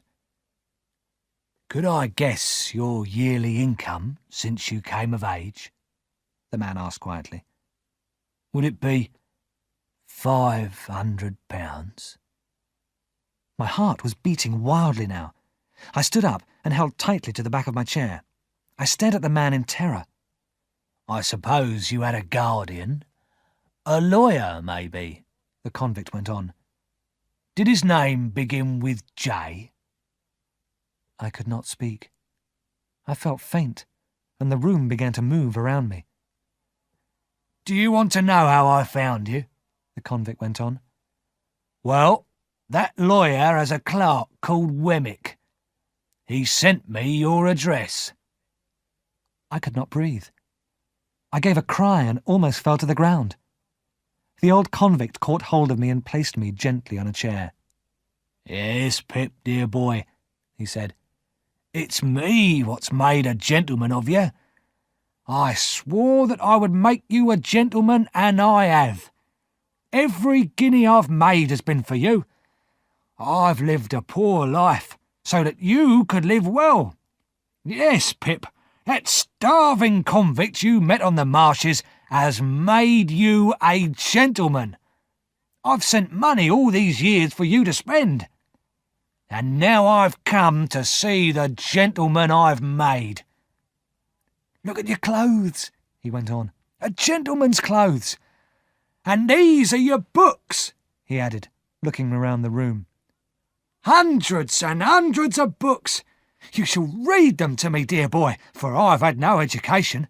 But it's me what's had you educated. I'm proud of you, Pip, dear boy, proud. And he took my cold hands and put them to his lips. I felt very ill. I could not speak. Don't try to talk, Pip, the old convict went on. You weren't prepared for this, I see. Didn't you ever think it could be me? Never. No, never, I whispered. Well, it was me, and no one knew about it but Mr. Jaggers. The old man smiled. How good-looking you've grown, my boy, he said. You're in love with a beautiful girl, I'm sure. She shall be yours, if money can help you. Estella. Oh, Estella, I thought. Yes, you've grown to be a fine gentleman, Pip, the convict said. I promised myself I would see you one day, and now I have. It wasn't safe to come, but I came. Not safe? What do you mean? I asked in surprise. I was transported for life, he answered quietly. If you're sent as a convict to Australia, it's death to return. If I'm caught, I shall be hanged. Hanged by the neck until I'm dead. I held my head in my hands. This wretched man was my benefactor. By coming to see me, he had ruined all my dreams. And he had put his own life in danger too. I could not send him away. I stood up slowly. I closed the shutters over the windows and locked the door. I prepared the bed in Herbert's room for the man, and at last he went to sleep. Later, I sat by the fire trying to think. Miss Havisham's plans for me. All a dream. Estella. She was not meant for me. And because of this man, a convict, I had forgotten Joe and Biddy. I could never undo the wrong I had done them. What should I do with the man in the next room? What was going to become of him? What was going to become of me?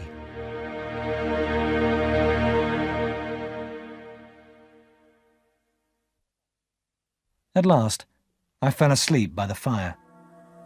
I awoke to hear the church bell striking 5. The room was dark. The wind was still blowing the rain hard against the windows. I made breakfast. The old convict ate in great mouthfuls. I was disgusted by him. He then lit his pipe and stood in front of the fire. He took out a wallet of money and threw it onto the table. "There, my boy, spend that," he said. "I've come back to see my boy spend money like a gentleman." No, we must talk," I cried. "I don't even know your name. How long are you staying in England? Where do you plan to live?" "My name is Magwitch, Abel Magwitch," he said. "And I'm staying in England forever, though it's death by hanging if I'm caught." I decided that I had to speak to Mr. Jaggers. Leaving Magwitch alone, I locked the door of my rooms and hurried to the lawyer's office. When he saw me, Mr. Jaggers held up his hand.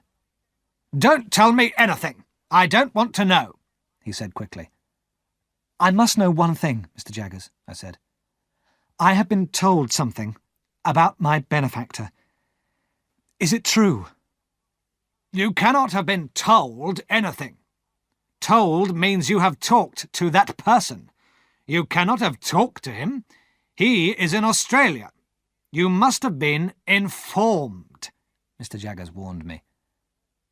I understood then that Mr. Jaggers knew Abel Magwitch was in England, and he knew that his client was in danger. "Informed, then," I agreed. "Informed that Abel Magwitch is my benefactor." "That is true. Your benefactor is the man in Australia." "But I thought that Miss Havisham—" I began. "You have misunderstood. Miss Havisham was never your benefactor. Your benefactor is far away, but he has plenty of money for you. You will have it soon." I did not want the money now. I knew that Estella would never be mine. I left Mr. Jaggers' office without another word. On my way home, I bought some new clothes for Abel Magwitch. But when I had cut his hair and he was dressed in the new clothes, he still looked like a convict. A murderer, perhaps. The more I saw the man, the more I feared and hated him. Herbert returned from France that afternoon. When I heard his step on the stairs, I opened the door quickly. "Hello, Pip," Herbert said cheerfully. Then he added, "How pale you look. What's the matter?" Then he saw Magwitch. "Who is this?" he asked in surprise. "Herbert, my dear friend," I said, shutting and locking the door behind him. "Something very strange has happened." Before I could explain, Magwitch took a little black Bible from his pocket and held it out to Herbert.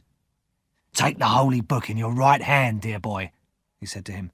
"Swear to God that you will never repeat what Pip is going to tell you." "Do it, Herbert," I whispered. So Herbert took the Bible and repeated the words, and then the old convict shook him by the hand. "Now you have sworn on the Bible. God has heard your promise. Sit down and listen to what Pip is going to tell you." So I told Herbert everything.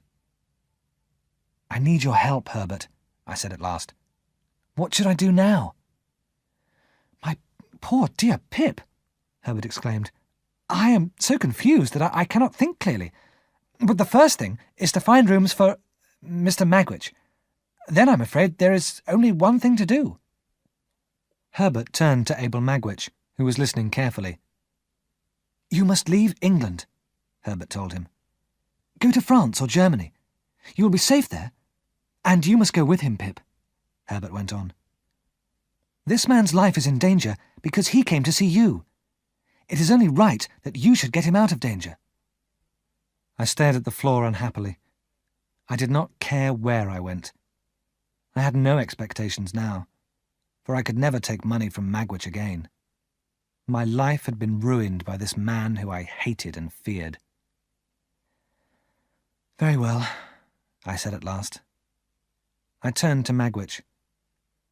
"If I am to help you, I must know everything about you.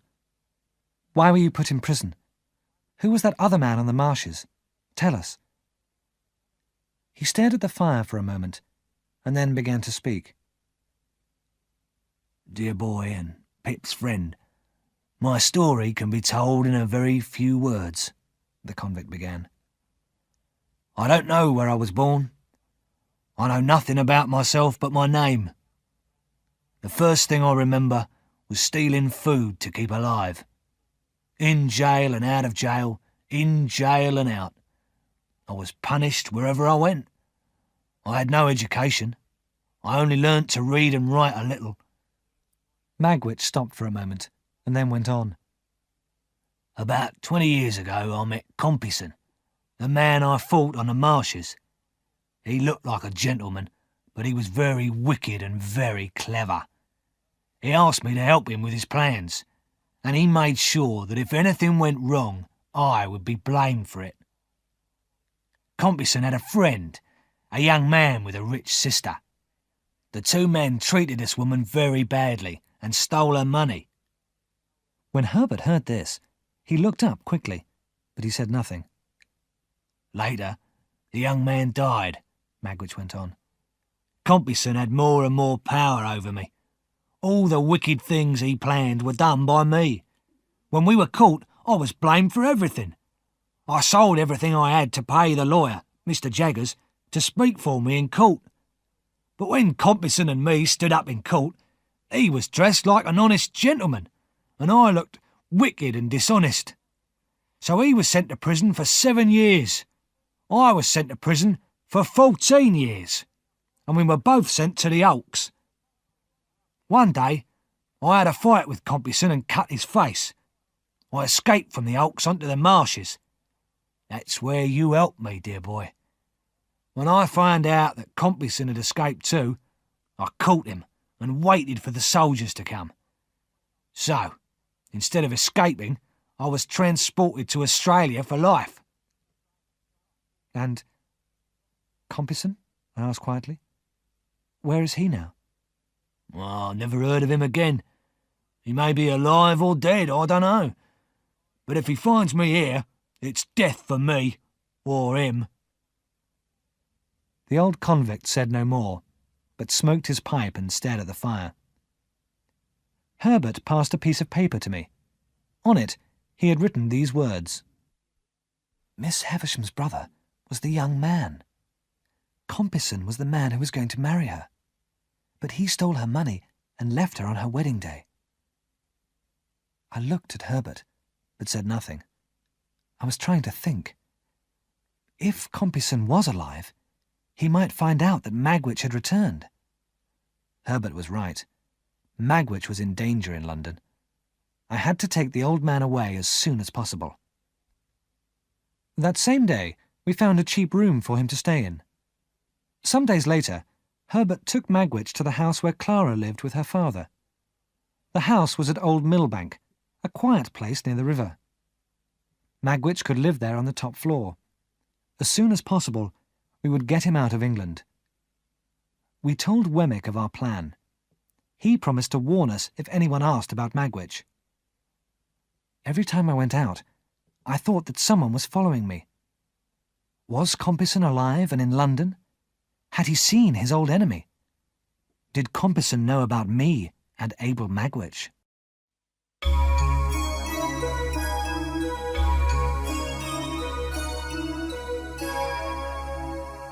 Chapter 11. Secrets from the Past. My expectations were at an end. Miss Havisham was not my benefactor. Estella could not be mine. But I had to see her again. I found out that Estella was staying with Miss Havisham, and I decided to go to Sattie's house for the last time. Once more, I walked through the dark, dusty corridors of Sattie's house. I found Miss Havisham and Estella sitting together in the dressing room. Estella was knitting. Both women looked at me in surprise. Why are you here, Pip? Miss Havisham asked. I have something that I must say to you, Miss Havisham, I replied. I have found out who my benefactor is, and I am very unhappy. I thought it was you. You knew that I thought this, but you did not tell me my mistake. Was that kind, Miss Havisham? Kind? Do you expect me to be kind, Pip? Miss Havisham answered, hitting her stick on the floor angrily. I expect nothing from you, Miss Havisham, I said quietly. I have come because I need your help, but not for myself. Who do you want me to help? Miss Havisham asked. What do you want, Pip? 2 years ago, I was able to help my good friend Herbert Pocket. I paid money for him to become a partner in a business, I explained. He does not know who did this. Now I need more money to complete my plans for him. I cannot take money from my benefactor. Can you help me? At first, Miss Havisham said nothing. Then she spoke. Have you anything else to say, Pip? She asked. I looked at Estella. She went on knitting and did not raise her head. Estella, I said, you know I love you. I have always thought that Miss Havisham wanted us to marry. I know now that this is not true, but I must tell you that I love you and always will. Love is a word I do not understand, Estella answered. I tried to warn you, Pip, but you didn't listen. I am going to be married, but not to you. Then who? I began. Bentley Drummle, Estella said quietly. Estella, that can't be true, I cried. He is stupid and cruel. You will never be happy with him. Do you think he will be happy with me? Estella said, with a cold smile. I know nothing of happiness or love. You will soon forget me, Pip. You are part of my life, part of every breath I take, I whispered. I shall never forget you, Estella. Never. God bless you, and forgive you. I kissed her hand. I do not remember leaving the room. I was in despair. Without waiting for the coach, I set off to walk the long road to London. It was after midnight when I reached home. I climbed the stairs to our rooms, desperate and exhausted. Fixed to the door was a piece of paper. Don't stay here tonight. Go to Old Millbank at 8 tomorrow night. Burn this note. The message was in Wemmick's writing.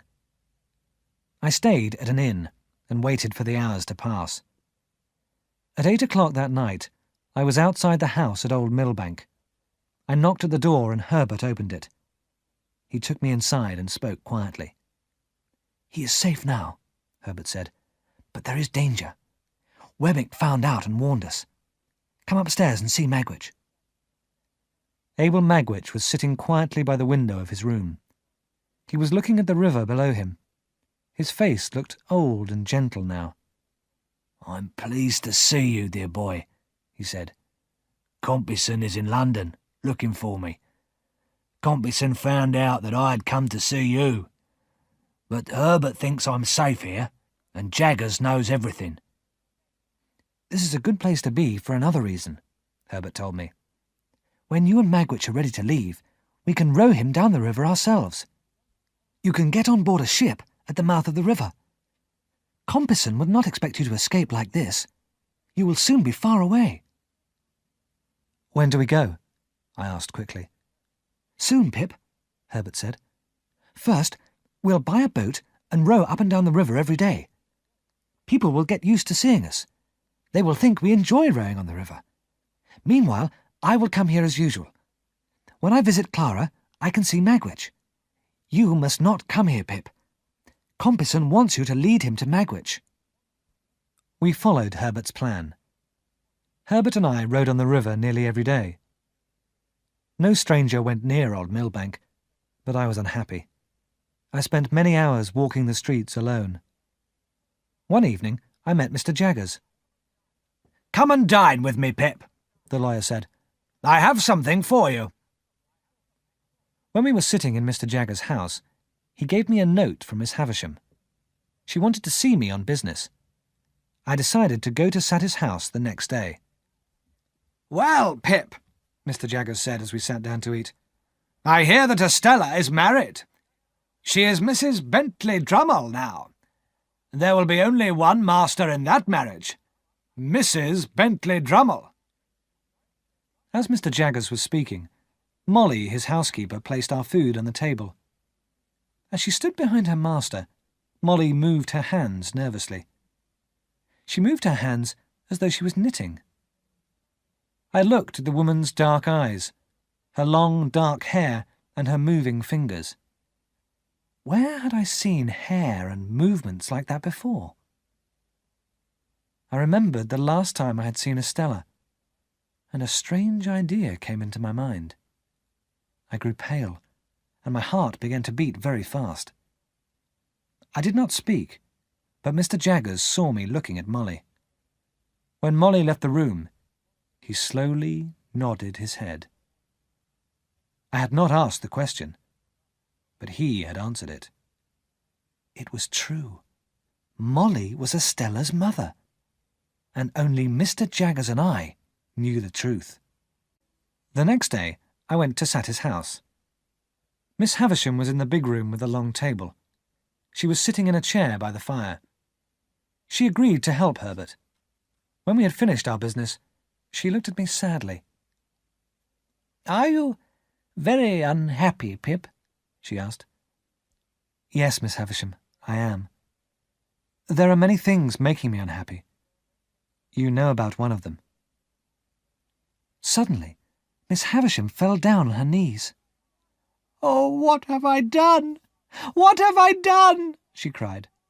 "Estella is married. Do you know that?" Yes. "Then forgive me, Pip. Forgive me for making you unhappy." I forgive you, Miss Havisham, I answered. I am to blame for my unhappiness too. But Estella is also unhappy. You should ask her for forgiveness. You have made her what she is. Yes, I know it," Miss Havisham cried. "I adopted her when she was a little child. I was unhappy and wanted revenge. I took away love from her heart and put ice in its place. If you knew my story, you would understand." Miss Havisham, I do know your story, I answered. I know why you adopted Estella and taught her to be cruel. I do not hate you, Miss Havisham. I am sorry for you. I helped Miss Havisham back into her chair by the fire. Then I left the room quietly. I went downstairs and walked up and down in the garden. A feeling of great sadness filled my heart as I stood in that unhappy place.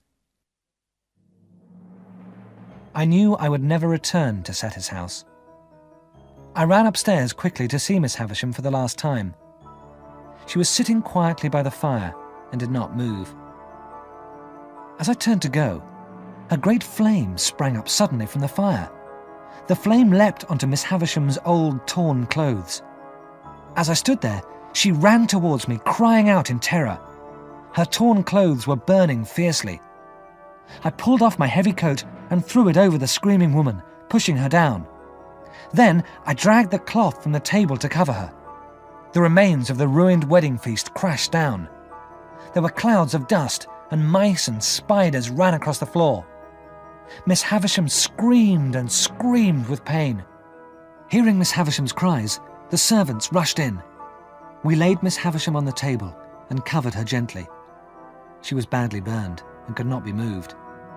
Over and over again, she repeated the same words. "What have I done? What have I done? Forgive me. Oh, forgive me." A servant went to fetch a doctor, but he could not help her. Miss Havisham lay there for several hours. I stayed with her until, calm at last, she died.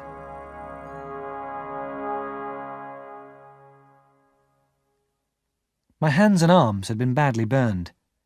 Herbert came to Sattie's house, and he took me back to London. There he looked after me. He was kind and gentle.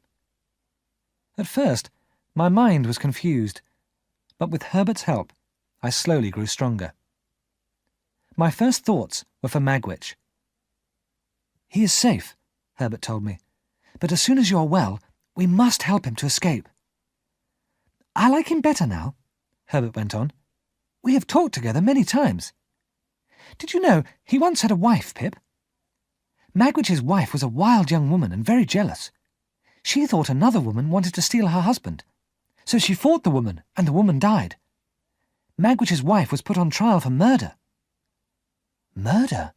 I repeated in horror. "Yes, murder. She was put on trial, but Mr. Jaggers was her lawyer. He spoke for her in court, and she was acquitted. Magwitch and this woman had a child, a little girl," Herbert went on.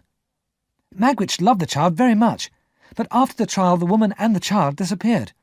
Magwitch never saw them again." "Herbert," I said slowly, "how long ago did these things happen?" "About 20 years ago," Herbert answered. 3 or 4 years before Magwitch saw you in the churchyard. You reminded him of the child he had lost. I sat up slowly. Herbert, I said, I have something to tell you.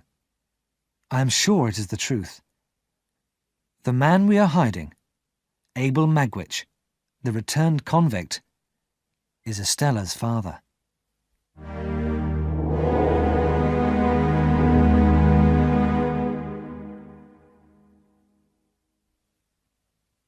As soon as I was strong enough, I went to see Mr. Jaggers. We know who Estella's mother is, Mr. Jaggers, I told him. Estella's mother, Pip? Mr. Jaggers said carefully. Yes, I have seen her in your house, Mr. Jaggers. The lawyer said nothing. I now know something more. The name of Estella's father, I went on. Mr. Jaggers looked at me sharply. His name is Abel Magwitch, I said, and Abel Magwitch is the man who is my benefactor. Why does Magwitch think this? Mr. Jaggers asked in surprise. He doesn't think this, I answered. He does not know that his daughter is alive. I told Mr. Jaggers everything I knew, and the things I had guessed. Mr. Jaggers, I said at last, terrible things have happened to all these people. They must be told the truth. Mr. Jaggers thought for a time before he spoke. Perhaps you are right in what you have guessed, Pip. But who would be helped by knowing the truth now? Would the mother be helped? Or the father? Or the child? Think carefully, Pip. No one would be helped by knowing the truth. No one. Mr. Jaggers was right. I thought of Estella. She had married a rich man from a proud family, but she was the daughter of a convict. The truth would destroy her. She must never know it.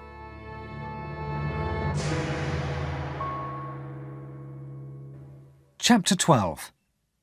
Escape. It was now March. My burnt hands and arms had healed. Herbert and I decided it was time for Magwitch to leave England. I liked the old convict very much now, though I refused to accept his money. I had to help him. I had to get him to a safe place. We found that a ship was leaving London for Hamburg in a few days' time. The big paddle steamer would come down the Thames at high tide. Our plan was to row down the river towards the sea. Magwitch would be dressed as a river pilot. He would carry a black bag and wear a thick cloak. The captain of the steamer needed a river pilot to guide him along the river to the sea. Magwitch and I would board the steamer and leave England forever. The day came for us to leave. In the evening, Herbert and I left our rooms and rowed down the river to Old Millbank. Magwitch was waiting for us. He got into the boat and sat down. Dear boy, faithful dear boy, thank you, he said quietly. His voice was more gentle now. He was peaceful and quiet. For the first time in his life, people had cared for him and spoken to him kindly, and so he was no longer the wild and terrible man I had first met. If all goes well, you will be a free man in a few hours, I told him. Well, I hope so, dear boy.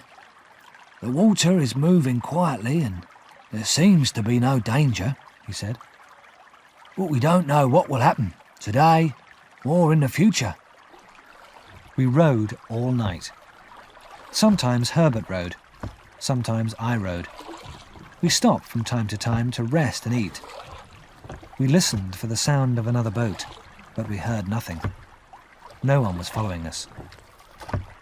By the time it was light, we were a long way down the river. We moored by the bank and waited for the great paddle steamer to pass. When we saw the smoke of the steamer, we started rowing again. We rowed strongly towards the middle of the river. Then, to my horror, I saw another boat moored ahead of us. When we had passed, it moved quietly out from the bank to follow us. It was a larger and faster boat than ours. 2 men were rowing together. There were 4 men in the boat. 3 of the men were wearing uniforms. They were customs men. The fourth man sat in the back of the boat with his face covered. The big steamer was nearer now. The shadow of the huge ship fell upon our small rowing boat. The steamer came nearer and nearer, and its great paddles turned in the water with a terrible noise. Suddenly, the customs boat leapt ahead of us. You have a convict from Australia there, A man shouted. His name is Abel Magwitch. I am here to arrest that man. Stop and give him to us. The great steamer came nearer and nearer. The people on board shouted when they saw the two boats far below. "Stop the paddles! Stop the paddles!" they cried. The two rowing boats were touching each other now. Suddenly, Magwitch leant across and pulled the cloak from the fourth man's face. On the man's face was a long scar. Compeyson, I knew it was you! Magwitch cried. As he grabbed the man, there was another shout from the steamer. The boats turned round and round in the rough water. The paddles of the steamer were now above our heads. Our boat overturned. The water roared in my ears.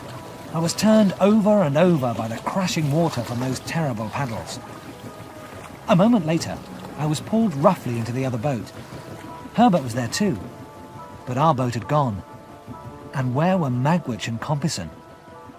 The paddle steamer had moved on now, and the customs men were looking down into the water. Then I saw Magwitch. He was swimming, but his heavy clothes were pulling him under the water. The customs men grabbed him and pulled him into the customs boat. Chains were put on his wrists and ankles. Magwitch had been badly injured by the turning paddles. I think Compeyson's gone to the bottom of the river, dear boy, he whispered to me.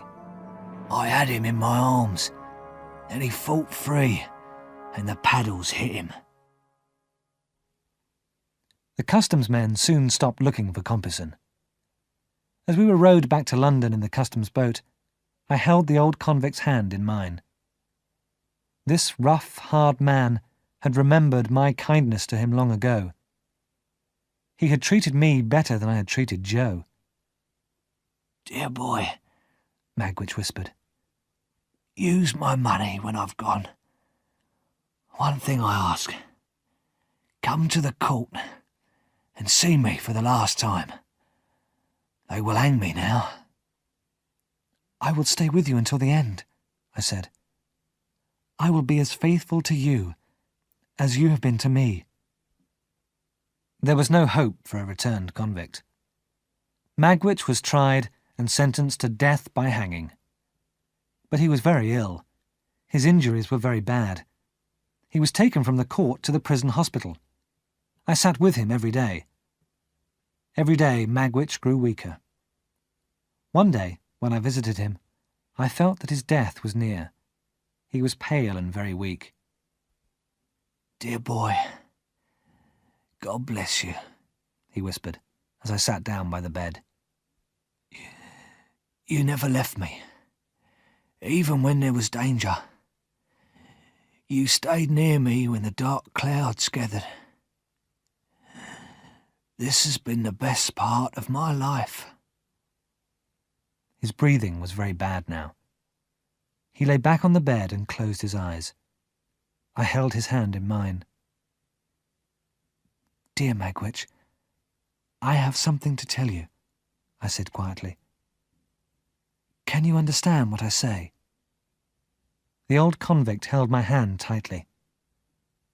You had a child once, who you loved and lost, I said slowly.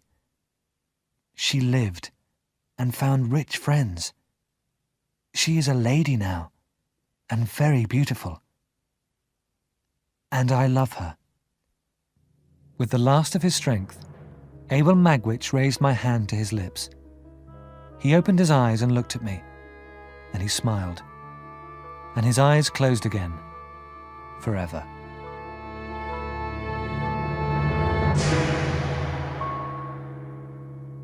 Chapter 13. Friends Together. And now followed the most terrible time of my life. Magwitch had wanted me to have his money, but when he was sentenced to death, the court took his money and property. I had many debts, and no money to pay them. When Magwitch died, Herbert was abroad on business. I was alone. I became very ill. I had a fever and could neither move nor speak. In my feverish dreams, I remembered everything that had happened to me. My thoughts were strange and confused. I thought I was in the river again, turning over and over in the crashing water.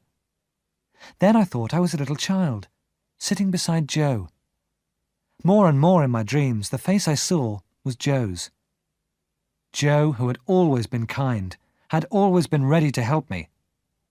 Joe, to whom I had been so unkind and so ungrateful.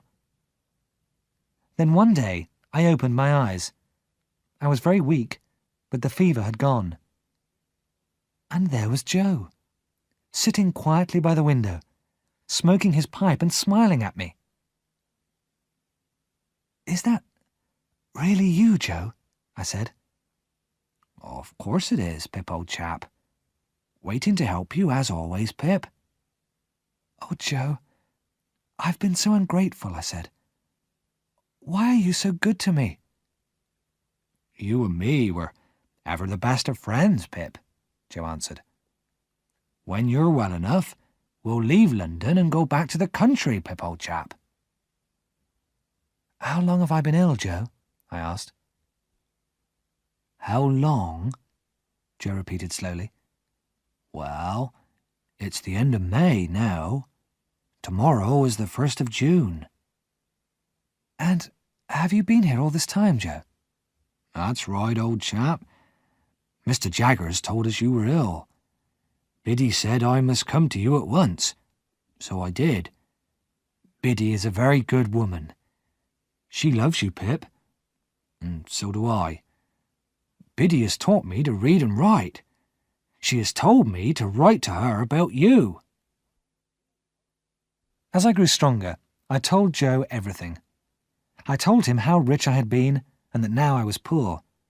But Joe did not want to hear.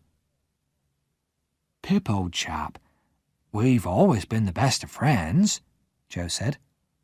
"Why try to explain what's past? When you was a child, I tried to save you from Mrs. Joe and Tickler. Now I want to keep these troubles from you. There's no need for money to come between us. It never did before." With Joe's help, I was soon able to walk a little. My fever had completely gone, and I felt better every day. But one thing worried me. As I grew stronger, Joe became more awkward and uncomfortable with me. He even began to call me Sir. One night, Joe came into my room and asked me how I was. "Dear Joe, I am completely well now, thanks to you," I answered. Joe touched my shoulder with his great hand. "Then, good night, sir," he whispered. In the morning I got up and dressed. I called to Joe, but he was not in his room. His luggage had gone. Joe had left a note on the table. "As you are well again, I am leaving you. You will do better without Joe now. Ever the best of friends, Joe." With the note were all my bills. Joe had paid all my debts. I knew what I had to do. I would go back to the forge and ask Joe to let me live there. I would live and work there for a short time. Then I would go overseas and work for Herbert. Later on, I would marry Biddy and live with her as a poor man. It was best to forget Estella.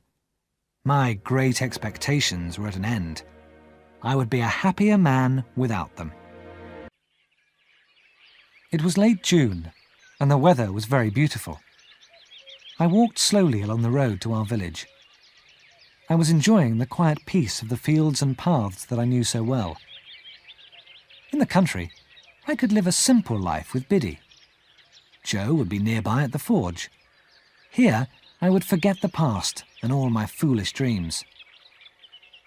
The village school, where I thought I would find Biddy, was closed. I walked on to the forge, and that too was closed. But all the windows of our house were open wide. There were clean curtains at the windows, and the little garden was bright with flowers.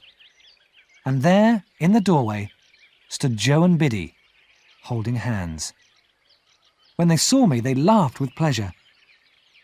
"My dear Biddy, how smart you look," I said. "And you too, Joe," I added. "What's the matter?" "It's my wedding day, Pip," Biddy cried. "And I'm married to Joe."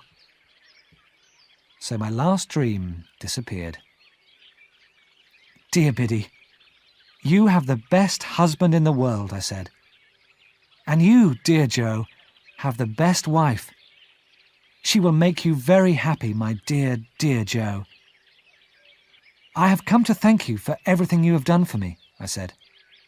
"One day, I shall have enough money to pay you back, Joe. Perhaps you will have a child, a little boy," I went on. "Tell him how I love and respect you both. Teach him to grow up a better man than me. And forgive me, dear Joe, for the wrong I have done you." "Pip, dear old chap, there is nothing to forgive," Joe said. "God knows there is nothing to forgive." "Nothing to forgive, Pip dear. Nothing to forgive," Biddy whispered.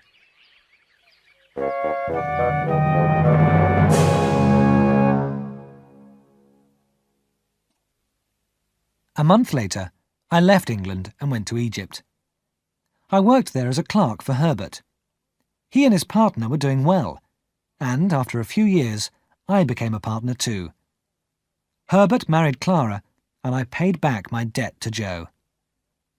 I worked in Egypt for 11 long years. I did not return to England in all that time.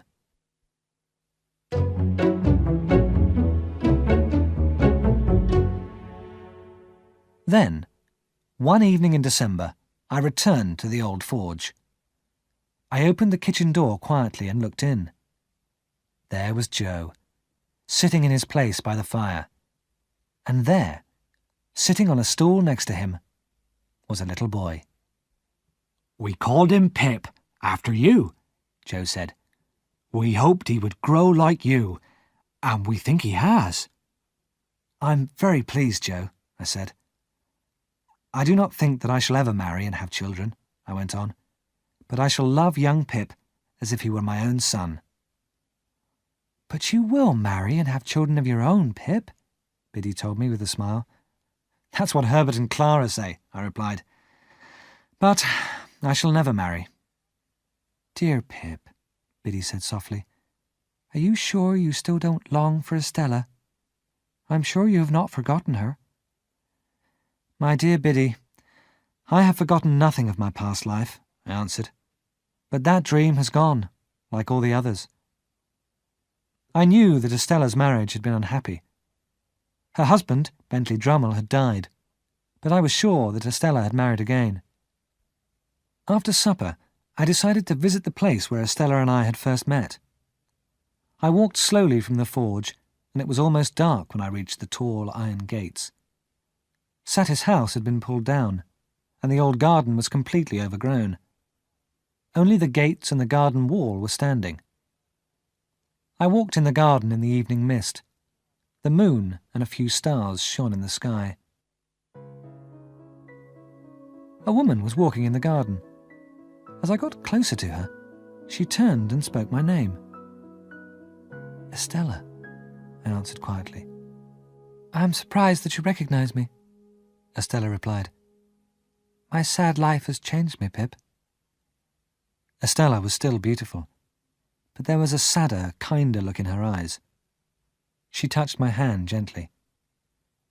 "It is strange that we should meet here, Estella, after so many years," I said. "Do you often come back?" "I have never returned until today. All this belongs to me now. It is all I have left." "You have been working overseas, I think?"